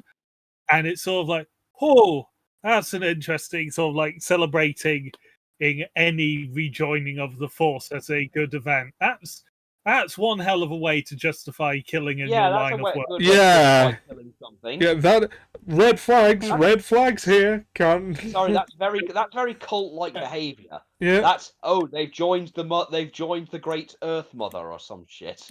Yeah. I mean, we have always known that Jedi see death merely as becoming one with the Force, and it wasn't something to be sad about. But this is a different kettle of fish. It is a good thing. It is a good thing to die. Yeah. Yeah. Yeah. You're giving a try, you insensitive jerk. Yeah, life is meant to be sacred to a Jedi, but when you have the idea that all death it should be celebrated because they become one with the Force, life stops seeming to be sacred. Yeah, I'm not going to get on I don't want to get on a tangent about religion in general, but isn't that the whole point of like some is just like, hey, the entire point of this whole thing is to die. Yeah. That's a reading. But you can sort of see why Sith and Nihilists have actually come out of the Jedi Order, because it's sort of like life is literally a point of it takes you come from the Force, you live, you return to the Force. Life must be held because for those who can't use the Force, because they can't touch the Force and they're taken away, and it's where they came from and where they're going to go. I'm going to put them out of that hell. It's almost that every order has grown out of the Jedi. Yeah, at least Qui-Gon sort of has like regard for the living Force. Yeah. Yeah. Although Yeah. I think it has been recently re-established. Dave Filoni brought up one of the original George Lucas quotes about the Force and who can use it, in that anyone could use it, it's just that not everyone can. Like, in the same way that anyone could learn martial arts, everyone could learn to tap into the Force if they had the right instruction and patience and discipline to do so. It's just that some are more gifted with it than others. Well, that's And how I maybe- always saw it, anyway. Yeah. Yeah, the problem. It then also lends more problems to the Jedi because those who are more gifted become Jedi and then oppress others from using it. Yeah. It's sort. Yeah. It's a bit of sort of like a parallel in or had a bit of a parallel in Star Trek with the Trill, where they're told that only like 1 in 100 can bond with the symbiotes to create then more natural form of being, the Trill and the symbiote. The government are actively hiding that it is in fact 50% can easily join and become a full Trill, but because there's a lack of symbiotes, they're hiding this fact from the vast majority of the population. And it's sort of like you're oppressing your people like you to maintain your own sort of power and position. Of course, the Jedi don't see it that way. They're serving the will of the Force and keeping the galaxy in balance. Yeah. And by But who gets to decide what balance is? Yeah, only the Jedi, obviously, they are the guardians of the balance. different ways of How nice for them. Yes. Well, just from a certain point of view. Yes. Yes. Sorry, had to be a dick there. It's not from a certain certain point of view that annoys me. It's that he uses it to get out of apologizing for lying. Yeah. Yeah. But is also like going back to the Dorky pointing out about, I thought the Force Ghosts were for not terrible people. It's like, if that were the case, no Jedi from like the prequel era would get a Force Ghost. Because many of them committed bloody war crimes. Oh god, including Obi-Wan. Speaking of Jedi from the prequel era, our boy was here, Coyote with his big ass forehead. Yep. I thought it was a giant. Oh, some hold people up. about that. That was a person. Wait, that was a person. I thought that was a giant zit. That hadn't popped yet. Don't you remember the prequels? Yeah, I remember. I've seen videos I've seen videos suggested on why this twat deserved to die. Yeah, he kind of did. Also, I just think it's hilarious how angry it's made people that they retconned it so that he's. They haven't retconned shit. Well, no, it was never established how old he was or how long his species lives. No, it wasn't. Yeah. But by that I mean there was a previous assumption of his age based on what was in some sort of comic 30 years ago. I think it's hilarious that like people were so attached to that idea of his very specific age that they are like fuming about the fact that he's actually older. Well, no, the fuming about the Acolyte was the goal. The fuming about the Acolyte was the goal. Ki-Adi-Mundi's just a pretext for doing it. Exactly, but I just think it's funny of all the things to be angry about. It's Ki-Adi-Mundi's age. Like, this isn't a problem for anyone. It's not like it's. And it's like the Sith had been extinct for a millennium is a line that he says as a reason that this is law breaking. Yeah, well, we don't know that this guy's a Sith. Yeah. First of all, even if he finds out that there was a Sith. First, they can't really prove it. The High Council can't know about this. Is a thing they said.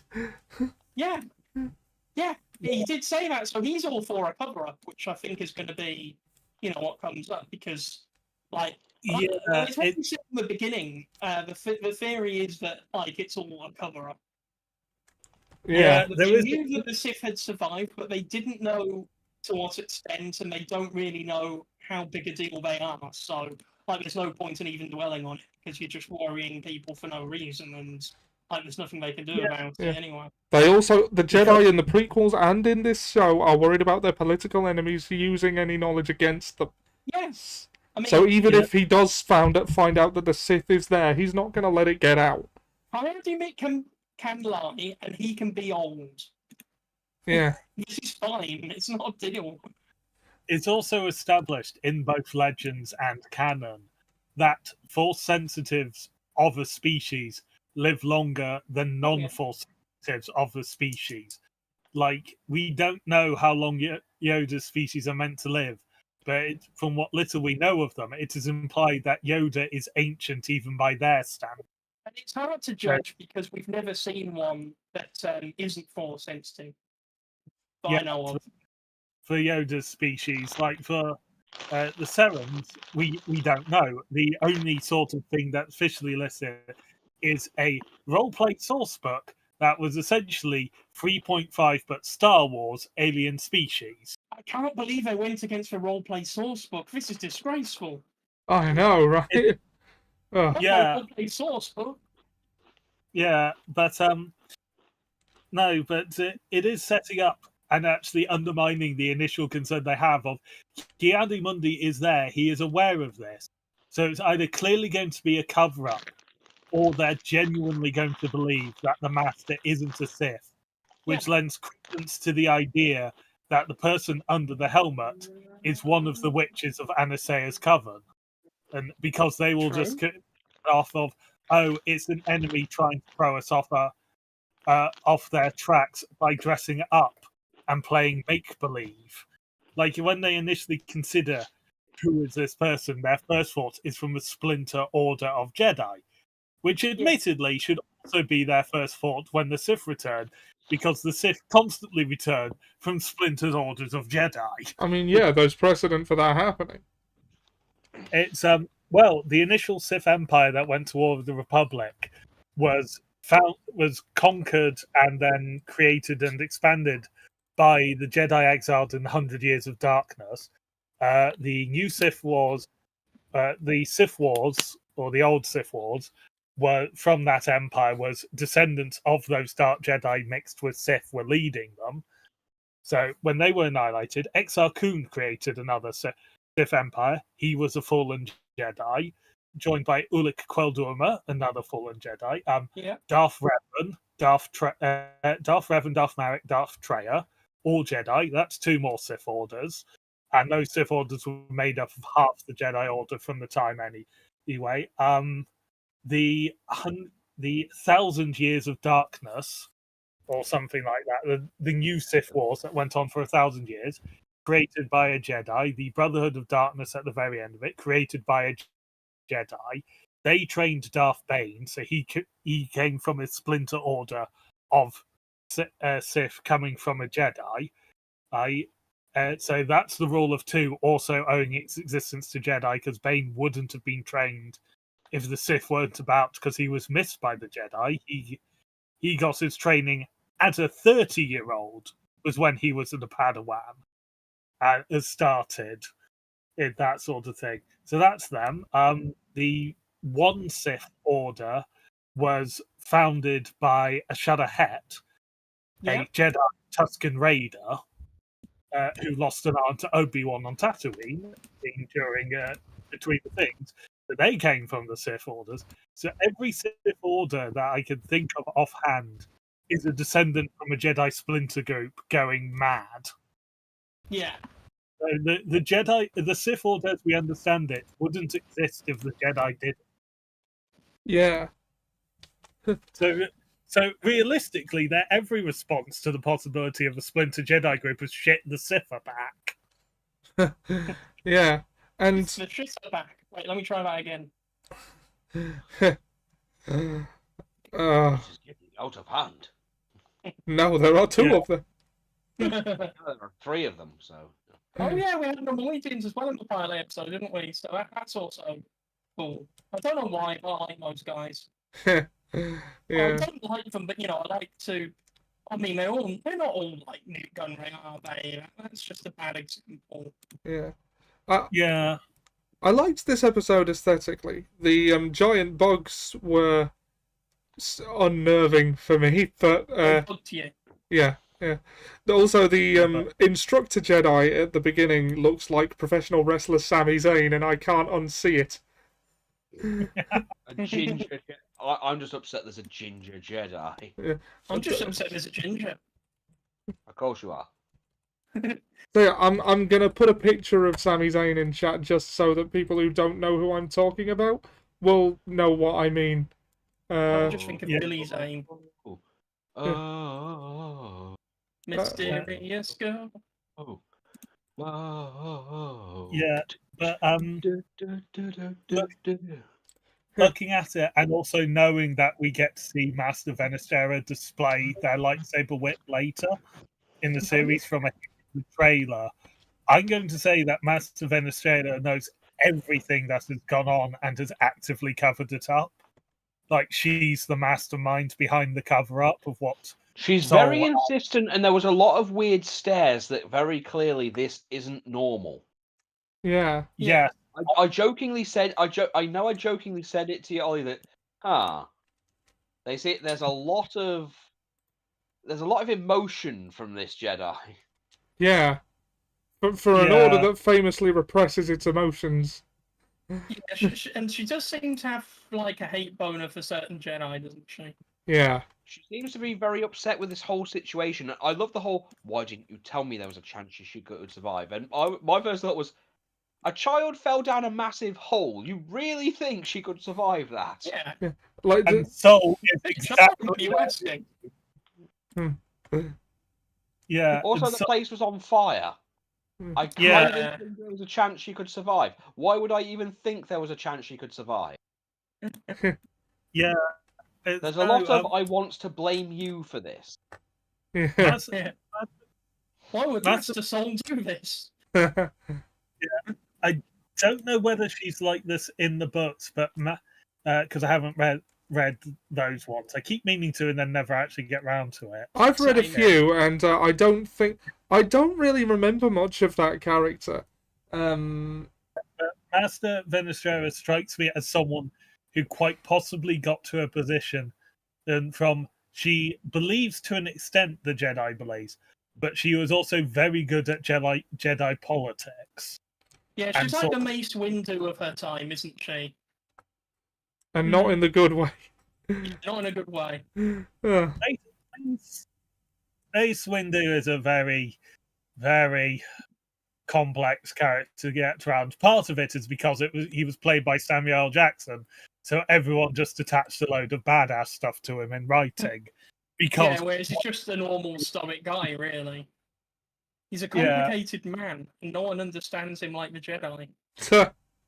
yeah, Keep well, your seat, that Mr. Gran. yeah. The heart of the Mace Windu issue is he believes he's the chosen one, but that's a conversation for a different time. Master Venestera, I mean, he acts Yeah. like he does, anyway. yeah, no, it's why he hates Anakin.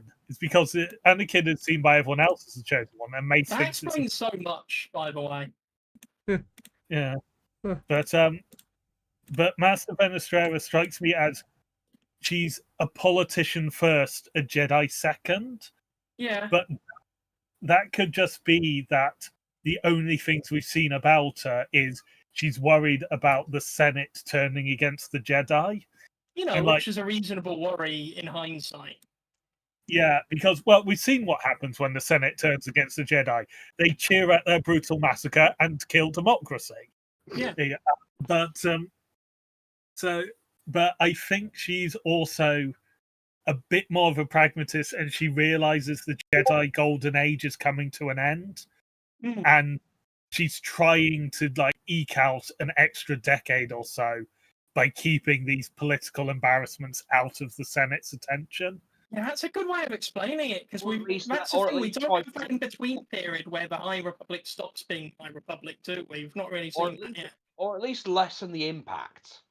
Yeah, and I think that she will. It will be undone because Ki-Adi-Mundi will dob her into the High Council, and that's how he will eventually get his seat there.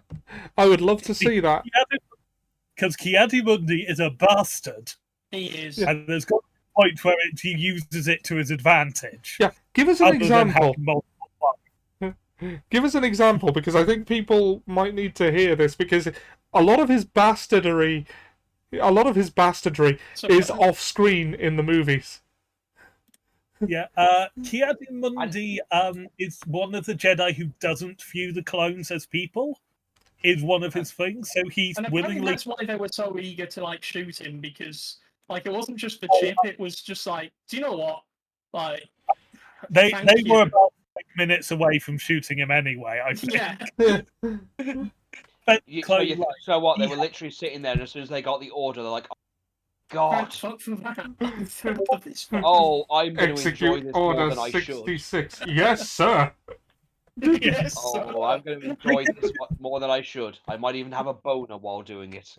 if they got any order in the 60s, they would have pretended there was static and shot Ki-Adi-Mundi. If we heard execute order and it seemed to come through as 66. So we shot Ki-Adi-Mundi. And the Jedi Council goes, no, it was Order 65, moves against the chat, arrest the Chancellor, but well done. Yeah. Okay, Yeah, that was getting on my nerves. so go on. What is this? Give us this example then of apart from the whole him not seeing them as people. Like, what has he done? Has he like fed children to other children or something? He has 5 wives, and he literally did not care when one of them was kidnapped and brutally murdered. Because he was literally with them just to like procreate. Although I do seem to remember, and this was one of the very first Star Wars things I actually saw, in one of the comics he went after like one of his daughters that was kidnapped by Jabba the Hutt. Because I remember getting that comic when I was like 5 years old, and it was at the airport while I was waiting for a plane. I think I've got the same one. It also has a story about him meeting a Sharahet on the way to. That's right. That has been around for ages. But the reason he rescues that daughter, because he ignores all his other children, like he's a completely absent father figure. He is just a sperm donor.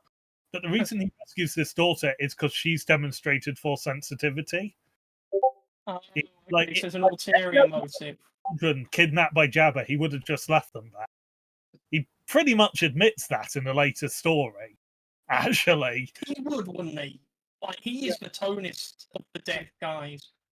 Yeah, he doesn't care about any of his wives because he has special dispensation to have them, because the birth rate for male to female is something like 10-1.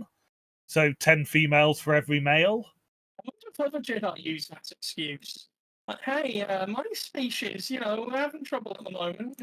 Do you mind if I, have some kids? The Jedi Code doesn't outlaw sex. This is in canon now. It only outlaws attachments. It doesn't outlaw sex. It just outlaws attachment. So technically, Ki-Adi-Mundi was being brilliant by being a completely absentee father. I think it's sad that one of the only Jedi that gets to like have dispensation to fuck doesn't deserve it. Yeah, but a lot of his bastardry is seen with the clones, because he refuses to acknowledge their names when they give themselves them. A lot of the time, he will refer to them by their serial number. He throws them into like he has one of the worst attrition rates in the Clone Wars. Like, there's certain droid armies he has worse attrition rates than, and these are things made. Plo Koon's a real one when you think about it. Sorry? Yeah. Plo Koon is a real one when you think about it, because he cared about his troops. Yeah, that's true. Yeah, like you could. Frankly, you should have given Ki-Adi-Mundi a droid army, he would have produced exactly the same results, but there would have been less people trying to kill him. He's like Mr. A. He's got all the answers, but no human touch. Yeah, he's just. He takes the detachment of the Jedi far too far and views it as logical. Yeah, he thinks he's Sheldon Cooper. He's essentially basically bastard Spock. Yeah. That's a good way of looking at it. He's got a weird head. Seb, your mic is terrible right now. I think it's because I've got the fan on. Well, yeah, I'm. You've always been a bit choppy, but it's really bad now. I can barely make out what you're saying. Okay, I'm guessing what's happened is that it's changed my microphone for some reason. Yeah, but let me have a look at my settings. Okay, yeah, he sounds like a bastard because I'm pretty sure I saw a Clone Wars thing once where Yoda spent like an episode trying to make the clones understand they did have individuality, even if they didn't think they did. Yeah, It's Maietti. I think that's one of the first episodes. Yoda, he's with 3 clone troopers in total, and he Yeah, asks and he's like trying to explain to them they have something about them that makes them unique, so they're not all the same. Yeah, he asks them to take off his helmet so he can see them and see what makes them, them. And they go, but we're all the same. And he's like, no. Like, it's one of the most touching moments from any Jedi, and also it's sort of looking at sort of the corruption that Yoda has essentially been rubbing against for 800 years within the Jedi, and the politics and the, frankly, dehumanization that the attitude seems to instill in them. The fact he has a moment like this at around 870 to 880, in between there, is actually quite a touching bit. And then you time to mature. Yeah, and then you realise just sort of like there's a surprisingly large number of Jedi who just view clones as droids. Like, not to the same degree as Krell from the Clone Wars, where he actively was killing them off because he'd fallen to the dark side and he was just going, no, I'm going to get the clones to kill each other for my entertainment and hopefully earn the favour of the dark power that's about to wipe us out. But there are many. He's just such a lovable villain as well. Such a hateable villain, isn't he? Yeah. I love to hate him. But far too many Jedi, and you can sort of see the attitude of where it's come from, don't view clones as people because they struggle to relate to people who aren't Jedi. Well, it's only a short step from that to not seeing non-Jedi as people. Yeah. It's it's more of a, they're more of a pet to me kind of thing. Yeah, it's like if you look at Yord, he doesn't know how to act with Osha now that she's not a Jedi, despite the fact they were friends since they were younglings. He doesn't know how to act with her. Like he does clearly still care about her, but he doesn't know how to process that. Yeah, and doesn't know how to treat her, essentially, because you look, it's like that blaster's the property of the Jedi Order, you're going to have to give that back. Is sort of, I think, as close as he could get to figuring out how to start a conversation with her. Yeah. And then do you like stuff? And she interprets that as him not wanting her there, which he clarifies, no, it's not that I don't want you here, I'm just worried about you. Yeah. And it's sort of like... Oh, the Jedi Order just made people autistic then. Basically, yeah. Yeah, I still stand by my statement I should mention that Mura is, and, you know... Yeah, I have always... He has a pass. He has a pass. I have a pass. The Where A did you get pass. that from? I'm still waiting for mine in the mail. I got mine when I was a kid, so I've had mine a while. I'm a veteran. I'm a veteran card holder. If I show it, if I show it at certain restaurants, I get money off. Think of it like an OAP pass. And yet at least you don't have to wait for that. Yeah, but I stand by. Just so everyone knows, I am autistic, a black female lesbian. That explains so much about you. Dude, really? I'm allowed to declare whatever I want to be.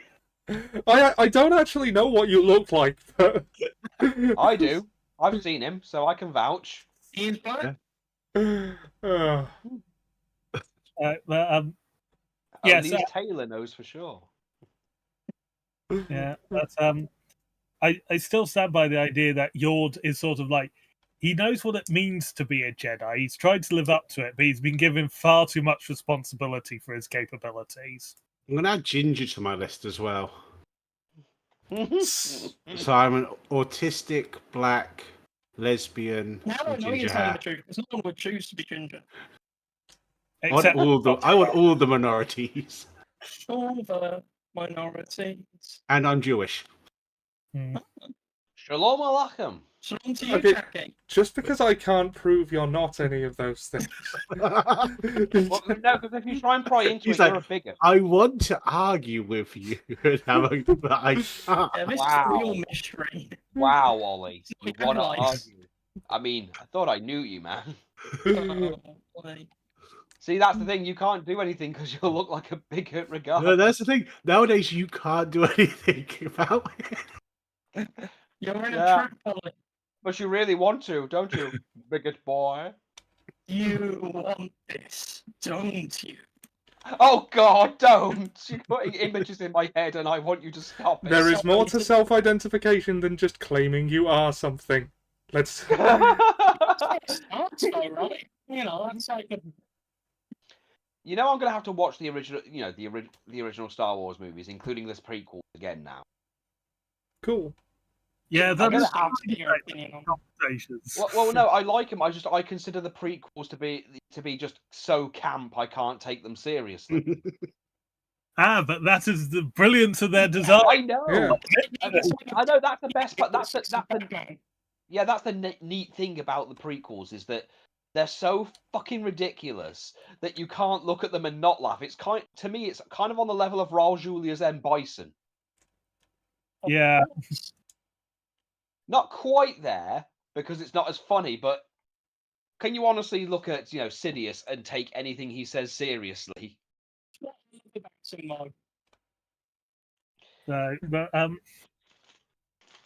I will go to bat for Revenge of the Sith as a solid film.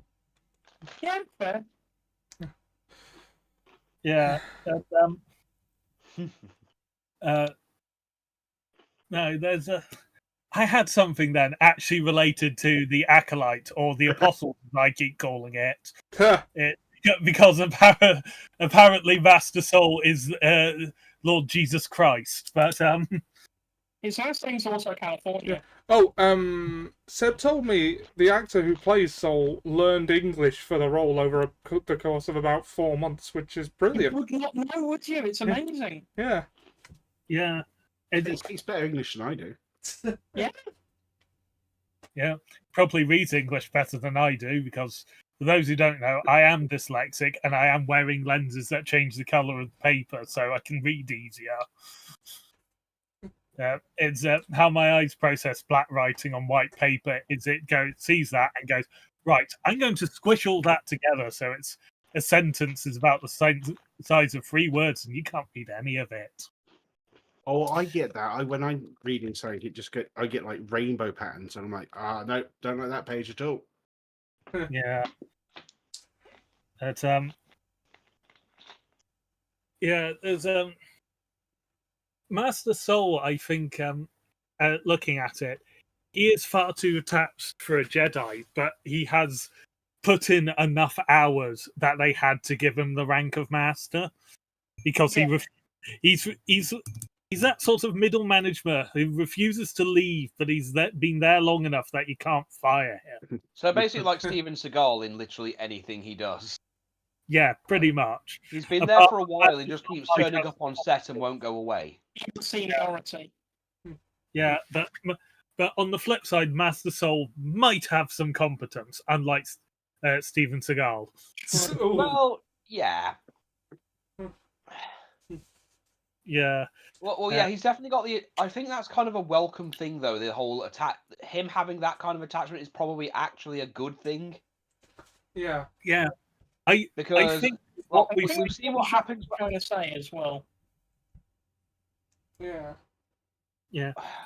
I think from what we've seen of the Order at the moment, he is probably the closest to how a Jedi should be that the Order can currently produce. It's funny when you think about it because they're always on about the balance to the Force and that thing. They're not really balanced. They're not really doing any balance, are they? It's one extreme versus the other, and it's a very black and white way of looking at it. Yeah, this is why I like the Ang T monks, because they're just sort of like, oh, everyone else is just like the black and the white and the balance. Fuck it, rainbow! Yeah. So you can find whatever you believe in the Force is within our. It's sort of like within our thing. things. And also, sod it, we can teleport because we can use the Force to fold space. And it's just fantastic. And they stop themselves by being broken, going by, no, if we spread across the galaxy, we will be a problem. We're just going to stick in a single sector of space. Also, we hate slavers and pirates with such a passion that we will ambush and annihilate them at the drop of a hat. It's just that the Jedi have always treated it more like, the Sith are the only real problem, and when they're not around, we're the good guys. Yeah, when by proxy, meaning that just because they're Jedi, they are the good. We're seeing is clearly not the case. Yeah, and it is also sort of informed by that infamously sort of quoted often and slightly horrible line of, from my point of view, the Jedi are evil. I knew that one was coming, but yeah, it's true because for every good Jedi, you've got Qui-Gon Jinn and whatnot, or Yoda. You've got 100 or so that are less. Yeah. Who think being a Jedi means they're automatically in the. Yeah. And the question of balance to the Force is an interesting one, because the original interpretation that George Lucas put forth of the Force and the balance thereof is that the way to restore balance to the Force is the complete destruction of the dark side, which would follow that the dark side itself is the imbalance. However... That's what I was trying to say, is that treating it as a black and white issue, it's got a balance with something. You don't just put two things on a scale to measure them and take one thing off and go, there. That original interpretation would imply that the presence of the dark side is the imbalance that needs addressing, but that doesn't... As the series has gone on, more interpretations have come up that sort of muddy that, because Mortis... There is the father, the son, and the daughter. They are clearly representations of the dark and light side of the Force. The original interpretation doesn't really allow for the dark side to be a side of the Force at all. It's just a problem with it that needs correcting. But it's an illness rather than an aspect. Yeah. Whereas, and we also now have the Bendu from Rebels, voiced by Tom Baker, I believe. Yes. Oh, the Bendu. The Jedi and the Sith follow the Ashla and the Bolga. I'm the one in the middle. I'm the Bendu. It's like, two asses of the same cheek. That's basically his, view of it. Yeah. To an extent. I mean, he does, in fairness, go, do you know what? Sith are dickheads sometimes. Yeah. Yeah. That's the thing. The very nature of the Force, if the Force is life itself, then, and death is not something to be feared, then sort of like the death that is caused by the dark side, it is sort of a balance to the life that is brought by the light. But the dark side, it's harder to say that the dark side isn't necessarily evil in and of itself, but those who use it get corrupted by the worst aspects of themselves. Well, there's no way that you can do it with the best intentions and remain pure. Well, that's the thing. In order to use the dark side, you have to draw on the worst aspects of yourself and therefore feed them. Yeah, so the dark side, the Force contains everything that makes up life. So, as life itself, as there are people who have the worst of intentions, as a la Palpatine. Who is just a dick. Yeah, Palpatine is a psychopath before he meets Plagueis. Palpatine's a bit of a jerk. Yeah. Spicy, piping hot take. Yeah. The more I hear about him, the less I like him. Yeah, I don't like that guy. He's a bit mean. Yeah. Yeah, but it's just sort of like there are people like that in the galaxy. So unfortunately, if the Force is life, then it reflects all aspects of life. Yeah. And bad people just ruin being bad for the rest of us, don't they? Yeah, it's almost like the idea of the light and dark side of the Force is an arbitrary distinction of outside morality being placed upon something that cannot perceive it. Yes. It's like when all evil is okay, you've got no real standard of what is good and moral anymore. Yeah. We perhaps got a little more philosophical and to the side of where we were, which was Acolyte. Yeah, but at least but at least it didn't It was a good devolve. discussion. Yeah, at least it didn't devolve into a Star Wars argument. Yeah. But that cliffhanger though. Yes. I loved it. That is more irritating than being teased a Wookiee Jedi going ham on someone and not getting it. It's just like, oh, you bastard! Yeah, but the thing is, well, as Trigger pointed out, I may yet get that. Yeah, You know? that it's just sort of like the energy. The "oh, you bastards" was actually what I said when the episode ended. Yeah. Yes, I did that, didn't I, Alec? I mean, actually, you were there, Trigger. You heard my reaction. Yeah. You just had to go, oh, you had to do this now. Yeah, I want to know what happens next. Yeah, which we can take as a positive sign that Yeah, absolutely. all the people that we are looking forward to the next episode. That I am, as I said before tonight, that I am calling it. It's going to be called Night.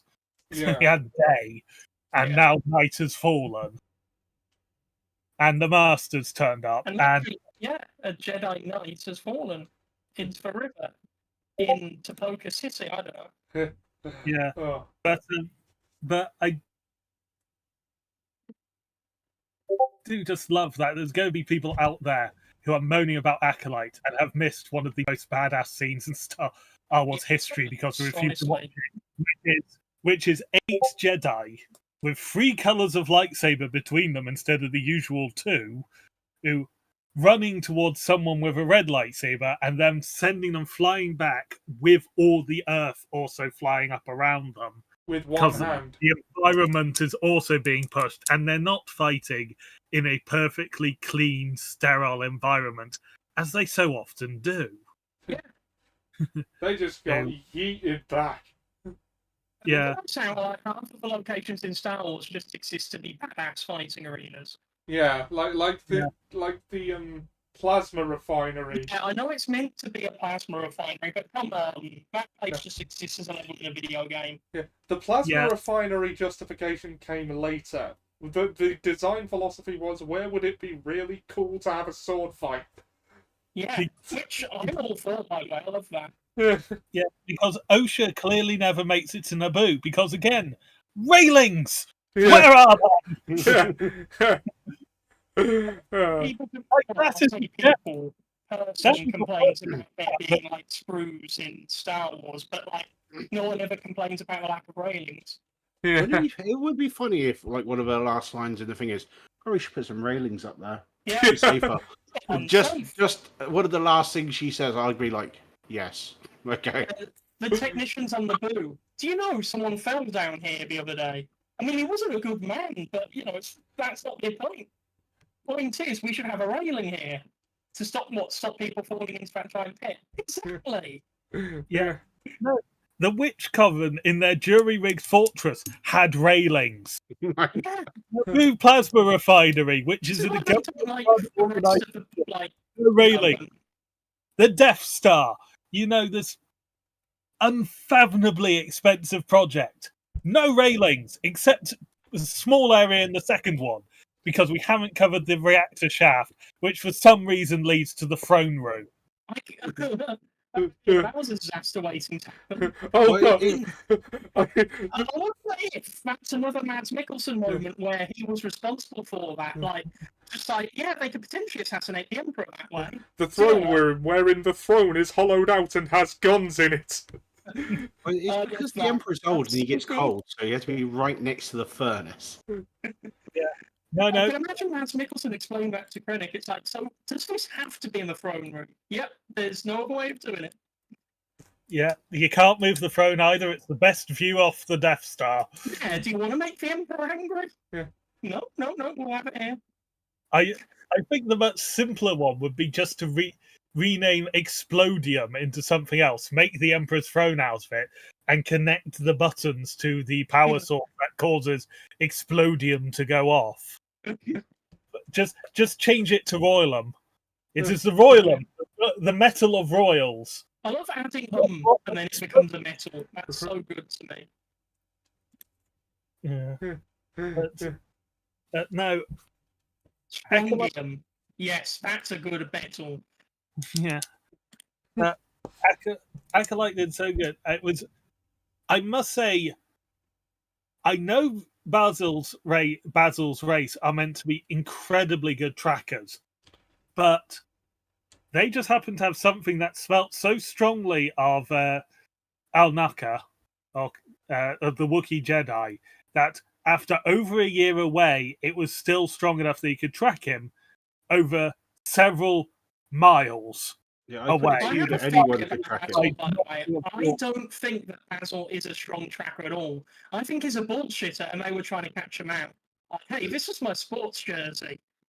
Yeah, there's sort of like, if he was a bullshitter, he is the greatest bullshitter the Jedi have ever encountered. I like that the Jedi can't prove he's a bullshitter, they just think he is. So they just start using this as an opportunity to try and catch him out because they're just fed up with him constantly claiming he can, has these super tracking abilities.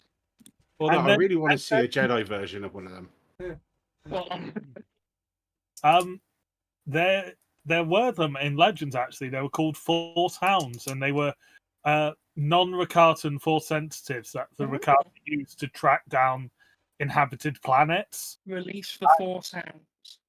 Yeah, but the Force Hounds are sentient individuals named after letters of the Star Wars alphabet.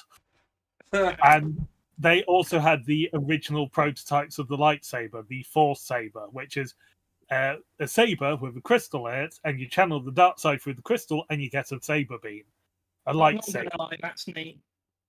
It is actually the cause of the first schism that led to the founding of the Jedi Order as a separate entity, rather than the Jedi, which is basically common. With extra I's, because that's what you did in Star Wars. You just add extra letters to an existing word, like Luke.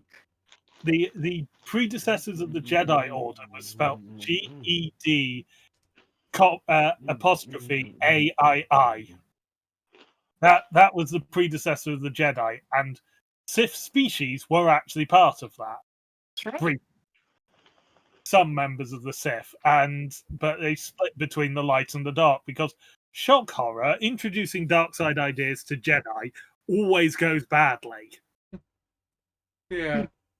Like, day one from 25,000 years ago, you teach the Jedi an idea of the dark side, and half of them fall and try to murder the other half. Yeah. All right, so we're coming up on 2 hours. We usually only go for 1. We've had a lot to say this week. Well, this is stream number 3 of this, and 2 of them have gone for 2 hours and 1's gone for 1. So it seems usually we go for 2. Ah, yes, that's discussable this show is. Yeah. Yeah. So while we're coming up on time, I think one of the reasons a lot of people are complaining about Chiari Mundi is, well, because they want to be mad, but also is like, I do kind of want to. I've had this rant at people in this chat for a few times, but I want to just sort of address like how pointless holding on to the Legends canon is. Like, and well, for starters, firstly, I mean, I'm sure the Legends canon was good, or I'm sure there was stuff in it that was good. I mean, when you've got a body of work that big, there's gonna be some turds in it. Yeah. Big body, huge turds. Yeah, but okay. Firstly, I have 2 different quotes here from George Lucas in 2 different interviews at 2 different times confirming that Legends was never actually canon. The first is from Cinescape magazine in 2001, when he said, "There are 2 worlds here. There's my world, which is the movies, and then there's the other world that has been created, which I say is the parallel universe, the licensing world of the books, games, and comic books." And he further clarified this position for Starlog magazine in 2005, in which he said, I don't read that stuff. I haven't read any of the novels. I don't know anything about that world. That's a different world than my world. I do try to keep it consistent. The way I do it now is they have a Star Wars encyclopedia. So if I come up with a name or something else, I look it up and see if it's already been used. And when I said other people could make their own Star Wars stories, we decided that, like Star Trek, we'd have 2 universes. My universe and then this other one. They try to make their universe as consistent with mine as possible, but obviously they get enthusiastic and want to go off in other directions. And it's like, Doctor Who fans don't have this problem with their side material, where they expect the show to pan to it all the time. So, yeah. And it's a similar thing, but also, let's assume that it was canon until Disney took over, for the sake of discussion. It was rebooted 10 years ago at this point. And if you think of it from the perspective of an executive, someone who, like, thinks in terms of numbers and charts and shit. And dollar signs in the eyeball. Yeah. Yeah. It is common business wisdom that any product makes the vast majority of the money it's ever going to in the first month of its release. They were never going to tie the future of the 4th biggest franchise in the world to books that made their money decades ago.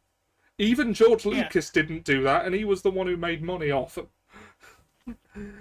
And in terms of, like, trying to die on that hill now in 2024, well, let's just say I think the fandom menaces and die-hard Legends fans, and I don't mean to lump those two together, but the former are just, like, tend to be the loudest. They use the talking point of the latter, don't they? Yeah, the formers use the talking points of the latter a lot. I understand that being the latter doesn't necessarily make you the former, but yeah, but either the way, former are trying to fish in the same pond, aren't they? Yeah, either way, I think the Legends diehards drastically overestimate their market share. Because okay, so let's just stick to the facts of the timeline. The Legends canon was discontinued in April of 2014. That's just over 10 years ago now. So anyone, like, who was born less than 10 years ago is unlikely to have any interest in that. And if we take to that, and based on a quick Google, the age you can expect someone to be able to start reading novels is about 8 years old. Now, unless, I mean, Trigger and Sam have kids, can you refute me on that? Are any of your kids reading at the moment? Nicole's trying. She's just starting to. Oh, what's she reading? My little girl can read. Ah, cool. Well, is she reading novels? Yeah, but No, she can't. She's got the attention span of a gnat. Yeah, and I want to acknowledge that there will always be outlying cases. There will be people younger than this who have read Legend books and like them, but executives only see the average. And, like, generally speaking, like, 8 years old is the time kids are supposed to be able to read. So the youngest possible person who bought a new Legends book would have to be at least 19 years old at this point. Or, well, 18 at the very youngest. So the Legends canon, basically, to a corporate executive, would not appear to have anyone under 18 with it at this point, and kids are the driving force of every entertainment industry. I'm sorry, but they are. Well, yeah, Star Wars was literally made for kids. Yeah, and like, and if you're an adult and you enjoy Star Wars, that's not like a negative comment on you. Like, it's just like most of the highest-grossing franchises in history are either expressly for children or have a large audience of them, and more fun for kids. Yeah. So what is it? Pokemon, Hello Kitty, Mickey Mouse, then Star Wars. Yeah. So mainly you're saying that Hello Kitty is made for kids. I can't believe you'd say that. I'm so offended. Yeah, and notice Hello Kitty. None of what I'm saying is about whether or not the Legends canon are good or not. that like business people don't care about that. But those books came out ages ago and therefore have already made their money, so they can just sell their own and make more money. No one under 18 is expected to be a fan of them, which cuts out like most of the audience they care about. Also, Disney do reprint the old Legends books when it's profitable for them. Yeah, they do. They do. And They're not going to make as much as they did when they were first released. yeah, Well, but no, even because that, they're like, that's going to get less and less as time goes on, as it gets longer and longer ago that it was discontinued. And, like, Yeah. and given that you can't expect someone below 18 to have any nostalgia for the Legends canon, like, even the nostalgia factor is going away because, like, new Star Wars fans are happening every day. My first theatre experience that I can remember was going to see A New Hope, which I've reasoned must have been in 1997, because that was the 20th anniversary screening, so I'd have been 6. But what I'm saying is there are new Star Wars fans these days that weren't alive pre-Disney. Like, you know... So you're saying that Disney birthed them? No, Disney has owned Star Wars for 12 years at this point. So... Wow, where has the time gone? Yeah, there are people in secondary school who were not alive when Disney did not own Star Wars. This is scary. So, you know, I understand that those books kept the series alive when movies weren't happening, but if you're just getting annoyed that they're not following them, it might be time to let them go, mate. Yeah, from, like to say, from the cold hard business logic, you know, they've already done their job in that regard. Yeah, from the cold hard business logic, which is what I'm going with here, there is no reason to, like, do Legends adaptations, and there never was. Because can you imagine trying to do the Heir to the Empire, the Thrawn trilogy in film with the main 3 in their 60s? Like, into... Yeah, and also, like, well, you know, in hindsight, that wouldn't have worked out anyway, but... Yeah, I mean, And also, like, if you make these sorts of things reliant on previously having read a book, well, you've seen how hard the MCU can be to keep track of for people who don't, like, watch all the different things. Yeah, and that's the mistake the MCU made, and it's they expressly didn't make it before when the movies didn't acknowledge things like Agents of S.H.I.E.L.D. And it's like the reason, the given reason that they didn't acknowledge things like Agents of S.H.I.E.L.D. is because you can't expect the movie-going audience and the TV audience to be the same audience. Yeah, and talking loudly during a movie is a huge bugbear for me. I'm not going to excuse it ever, and I'm not excusing it now. But when I went to see Black Panther 2, there were a lot of people who were talking through the movie, and most of them were just asking questions like, who's he? What's this going on? Why is he here? You know, and I was thinking, well, you know, there are answers to these questions, but they do require you to have watched a lot of these shows. Yeah. And I think that's one of the mistakes of the MCU post-Endgame, honestly, is they expected a lot of homework on the part of the audience. Yeah, and you can't expect anyone to do all the Legends homework. Yeah. I mean, I haven't even done all the High Republic homework, and that's something that I actively want to give a chance. The High Republic books are set several centuries before the Acolyte, so I don't think you really need to have read those. I mean, the main conflict of the High Republic books is with a band of space Vikings called the Nihil, and they're not even mentioned. Yeah, they seem pretty badass. I like the sound of them. I like them. They're badass. Yeah, I can confirm. But yeah, I was just trying to explain as calmly and concisely as I could why you're panicking at the wrong disco if that's what you want them to do. Yeah, that was very concisely put. Yeah. Yeah. Also, to put into context, the Thrawn trilogy, as Ollie mentioned, is often held up as the epitome of sort of like the best of Legends. And indeed, it has been stated that the success of that trilogy is the reason why we got the prequels. by business execs and I still do Lucas intend himself to showing read there them. was an interest for Star Wars still.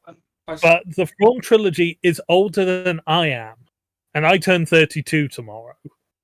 The Thrawn trilogy. Happy birthday! The Thrawn trilogy was released in '91.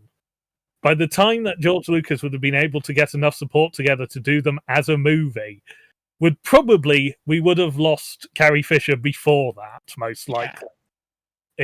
So there was no way we were going to do it. And I know there were people out there who want the Chusat Bakura, I believe it is. I know there are people who wanted to see that adapted.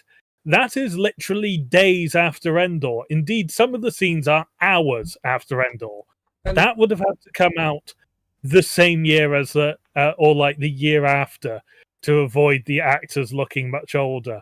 And we only recently got the de-aging technology to a point where it was believable without triggering, my eyes, this looks wrong. I'm not sure it's even there now, and it certainly wouldn't have been there in 2012.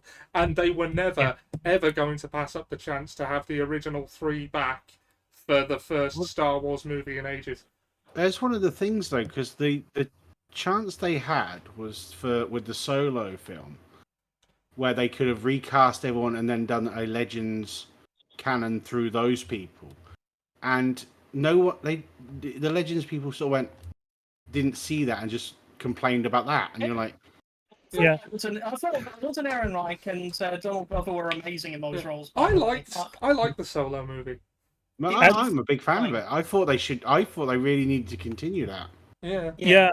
The reason they didn't is because they Legends fans weren't the only ones who had problems with it. It's so many fans of the Disney canon. They all boycotted it because they wanted Kenobi before they Solo. Also, I don't think most people would have made enough of a difference for it to be commercial failure.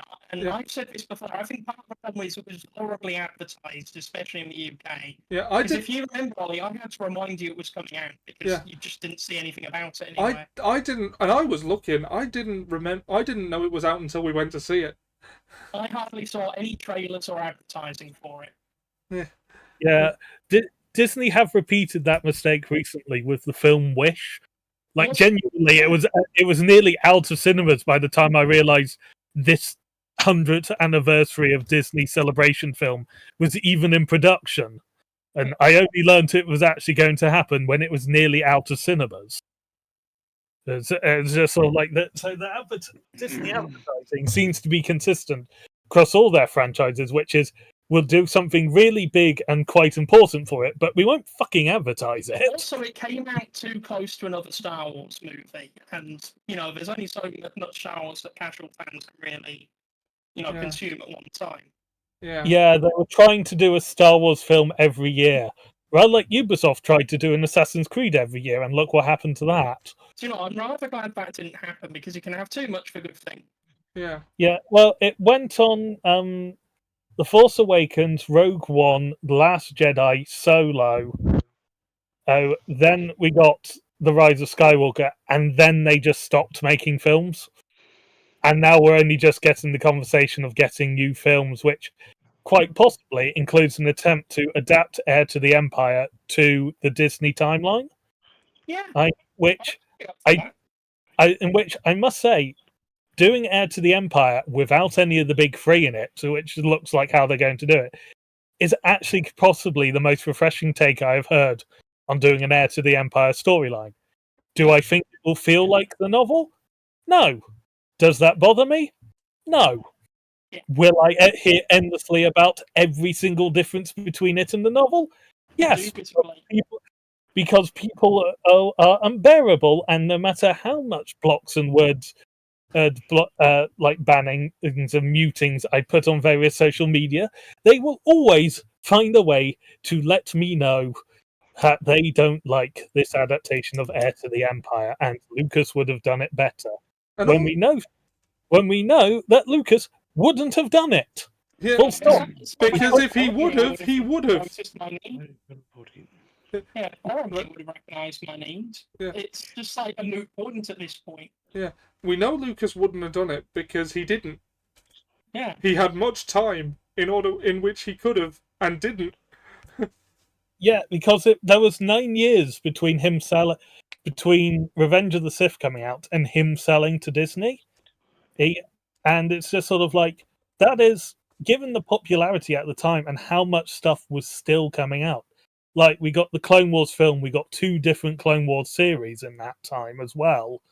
So it's not like LucasArts didn't have the money to try and do a sequel trilogy. And indeed, he had scripts. He's part of. Do you know why George Lucas decided not to do it? Because of how much people whinged about the prequels. Yeah. Yeah. That was what he said I in his retirement. It's like, why would I keep doing it when all people will say is how much of a horrible person I am? The thing is, I think that you could give the audience everything they want, and there still be complaints. Yeah, you could, absolutely. And it's And just like the Rise of Skywalker. Forget about is the people who just quietly go and watch the movies and don't really talk about it. Yeah, the Rise of Skywalker is actually sort of a testament to that. That's because it was J.J. Abrams pandering to the people who complained about The Last Jedi. So much so that movie did go down well with audiences, even though I've got my own gripes with it. Yeah, so much so he actually tried to adapt one of the most complicated stories of Legends because it is such bullshit, and it decided, no, I'm not going to focus on sort of the sci-fi dressing of it. I'm going to go full on mysticism, not even fantasy, mysticism with it, which is Dark Empire, in which the basic premise of it is somehow Palpatine has returned from a planet of the deep core, and he has a fleet of planet-destroying ships and super weapons. Yeah. Does that sound familiar at all to those who have watched The Rise of Skywalker? Well, that is The Rise of Skywalker. Which is the plot is somehow Palpatine has returned on a planet in the deep core with a fleet of planet-destroying super weapons and ships. I mean, if nothing else, that's one hell of a premise. Yeah, it's one hell of a premise. It's sort of like Operation Shadowhand, the comics of Dark Empire, was done quite well, but again, it also had the bits of it relies heavily on the main three and R2-D2 to save the entire galaxy. Indeed, R2-D2 is practically responsible for saving the galaxy at the end, because he destroys the Eclipse Galaxy gun and BIS from reprogramming one navigational computer. Yeah, R2-D2, do not mess with that droid. He has a ridiculous body count. Oh yeah. Like so does Coyote Monday, apparently. Just not in the same one. And also, if nothing we've said so far has convinced you, why would anyone want to cater to a bunch of people who are going to turn over every rock and complain no matter what you do? And possibly not even turn up in cinemas to watch it, to then complain about it? Yeah, like, why would Disney want to do what you want? Like, Well, I mean, I'm not trying to be a shill or anything, but, like... Well, we've established that the people complaining about it aren't watching it because they boycotted the wrong thing. Oh, God, the Acolytes. Oh, I've got to mention this. This is hilarious. It's funny. Okay. Yeah. On Rotten Tomatoes, the 2008 film Acolytes, starring Joel Edgerton, is being reviewed bombed by angry Star Wars fans after Episode 3 of The Acolyte, and I just think that's really funny. Prove to me. It's the prove to me that you've watched it, because you don't even have the right film. Yeah. And also, like, the things I say are just so, like, there's like the criticism. The most common one is bad writing. It doesn't feel right. Yeah, they don't explain. That's such like, a non-statement. Yeah. No.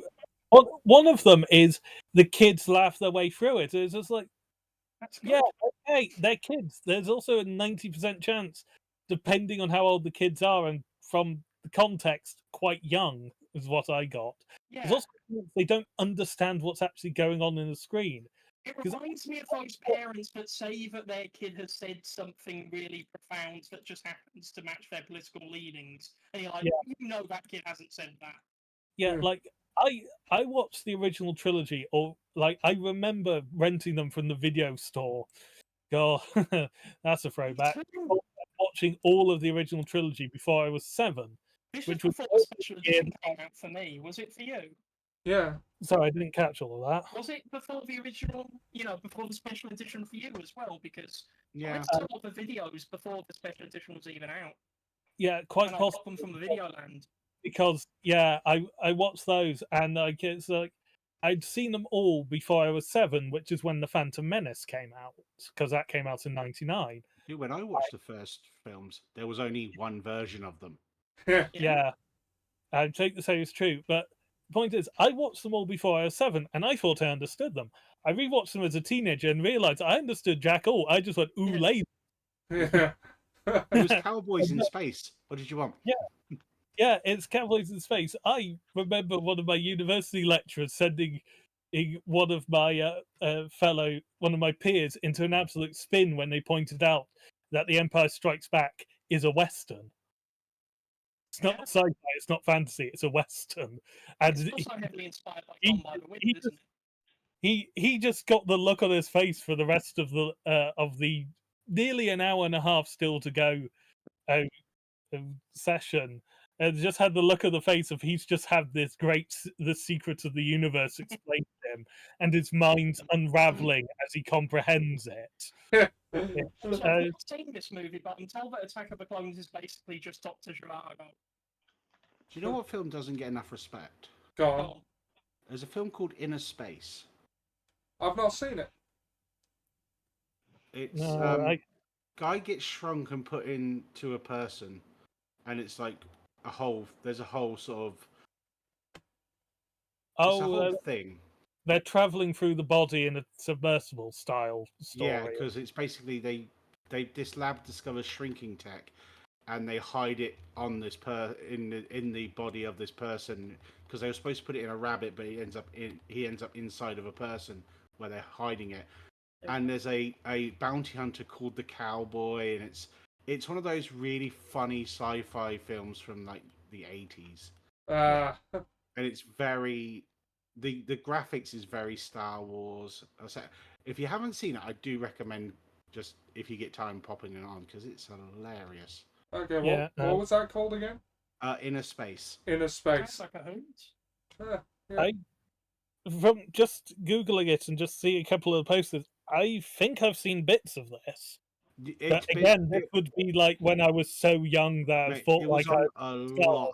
It was on a lot, like late 90s, and it was on recently. And I went, I haven't seen this for like 10 years. I'll watch this. I'm watching this. Yeah, I just from a quick look at the description, it's like, oh, I have seen this parodied in so many different programs. Literally, it is literally the original point of like 5 or 6 things, and I'm like, no one knows about this film, and it's just sad because like everyone parodies it, and yet it's like it is just like one of those things. It's like people don't know where the original is anymore, and it's like I think Family Guy did that, and you're like, I want to slap you. Yeah, Family Guy. I remember the Rugrats did a version of it. It's like, it's like the Simpsons did that. Yeah. Warehouse 13 did it in a flashback. Yeah. In like their final episode, in what looked like could have actually been a very good episode, but they got cancelled and given only 6 episodes to wrap up 4 seasons of plotline. So, I was saying earlier, Warehouse 13, Town Called Eureka, and what was the third one? There was a third one. Oh, The Librarians. And I was like, those are all in universe, and they're all very good series, and they all cross over, and it's like, does The Librarian cross over with? It cross over with Warehouse 13. I do not remember that, and I've watched all of both of them. Maybe it doesn't appear in your records. Yeah. No, no. What it's done is it's given me the excuse to rewatch both series. So thank you. Well, I believe it's basically the Librarians had an item and Warehouse get a hold of it, and they go, no, this is coming back with us, and you're like, both of them have that. Well, no, it's got to come back with us moment. Yeah. Right. Well, we stopped talking about the Acolyte a good half an hour ago. So, Yeah, but we're giving people things they should watch. yeah. It's pop culture context. So I think, and we've been going for well over 2 hours at this point, so I think we should probably call it here. Does anybody have anything they want to plug? Not really. Just that we'll be doing Mafia Monday a day early. Yeah, we'll be doing it Sunday this week because I'll be away Monday and I have Sunday free this week. Yep. I didn't know if you wanted me to say it publicly, but Seb's birthday. Oh no, people might find out I was born in June. Look, Yeah, I don't know what you're okay with being put on stream and what you're not, so I err on the side of As long as caution. there's like no nude pictures of me, I'm happy with that. Yeah. I wish you told me that before. Oh, Yeah. yeah. Ollie, you shouldn't have done that. I've got them right next to Ollie's feet pics. Yeah. LBJ feet pics. LBJ. Explain the context of that very quickly, Ollie, since Okay. we did the stream. When Seb and I did a season of Film de Siècle, which I'm still totally up for getting back to, by the way. But I we feel like this is the spiritual successor to Film de Siècle in a weird way. well, maybe. I mean, it's a very different focus, but we were reviewing the film Dunstan Checks In. And That's the classic. yeah. Oh, we love it. We love this movie. Yeah.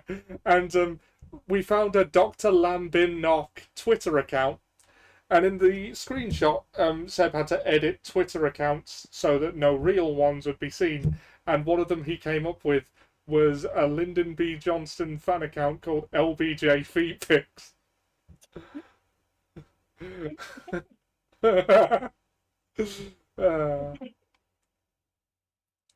Yeah. Anyway, so yeah, I'll be doing Mafia Monday on Sunday this week because I happen to have Sunday free because we did Assassin Sunday last night. And it's Seb's birthday. Does anybody else have anything they want to plug? If everyone enjoys this lot, there's a selection of this lot. Well, we'll be playing Warframe on Sunday. Yep.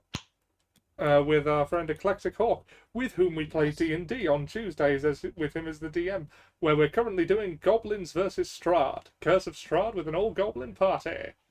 And it might be worth going back to the latest episode, just for shits and giggles. Just to see It Borkle get... was a blast, let me tell you, it was a blast. For No, Seb, I think you should binge watch all of it. Yeah. Oh yeah, absolutely binge watch all of it just to see. Yeah. People, Then- you'll see everything. People dying of pie curses, mayonnaise wrestling, a goblin doing basically Benny Hill with everything that would try and eat him. yeah, The yeah. goblin fighting a puppy. The goblin fighting Oh, yeah, ducks. Goblin fighting the puppy. Goose Hydra, Goblin losing to chickens. Abyssal chickens. A surprisingly touching moment from a low-class street urchin in reaching high society. Yeah. And of course the discovery of the Borkle biter. Yeah. That's on Tuesdays at 7 p.m. GMT on twitch.tv/eclectichawk. That's twitch.tv/eclectichawk. Yes. A week on Sunday, we will return to our normally scheduled Assassin Sunday at 8 o'clock with me and Ollie playing through the Assassin's Creed series of games. We have reached the best one, Ghost of Tsushima. Yes. Have actually gone through all the Assassin's Creed games. Yeah. We still need to actually talk about and review them and say and rank assassins in like various categories of battle skill, stealth, and stuff like that. Yeah. But we are doing that, and we will probably stick Jin Sakai, the Ghost of Tsushima, on that list as well. Yeah. And unfortunately, has a disadvantage of not having alien DNA. Because Assassin's Creed is weird. Yeah, I'm still salty that they killed off Juno in a comic. Yeah, you can also hear that diatribe as well when we get around to it, because we both have strong opinions on that one. Yeah. Oh. I mean, no, that would be like killing off Palpatine the first time in a Legends book. Not even a book, in a comic that was only available in certain countries. Like, not even all countries where English is spoken, because that comic didn't make it to the UK for Assassin's Creed initially. Yeah. Yeah. Anyway, I think Again, that's salt. yeah, salt. I think that's all we've got to plug. If you have watched for the whole thing, thank you very much. We will see you Well next done. week. Thank you. We will see you next week to discuss episode 5 of The Acolyte. I also want to do like a special one-off about this season of Doctor Who with whoever watched that and wants to talk about it, because I have thoughts on that. Me too. The final episode should, I believe, around midnight tomorrow. It should go onto iPlayer. Yeah. Hail Sute. Yeah, Uh, yeah. That all right. Yeah, I'm very lucky. I'm going to get mine by midday. Nice. All right, so that's it for us. May the force be with you. We will see you next week.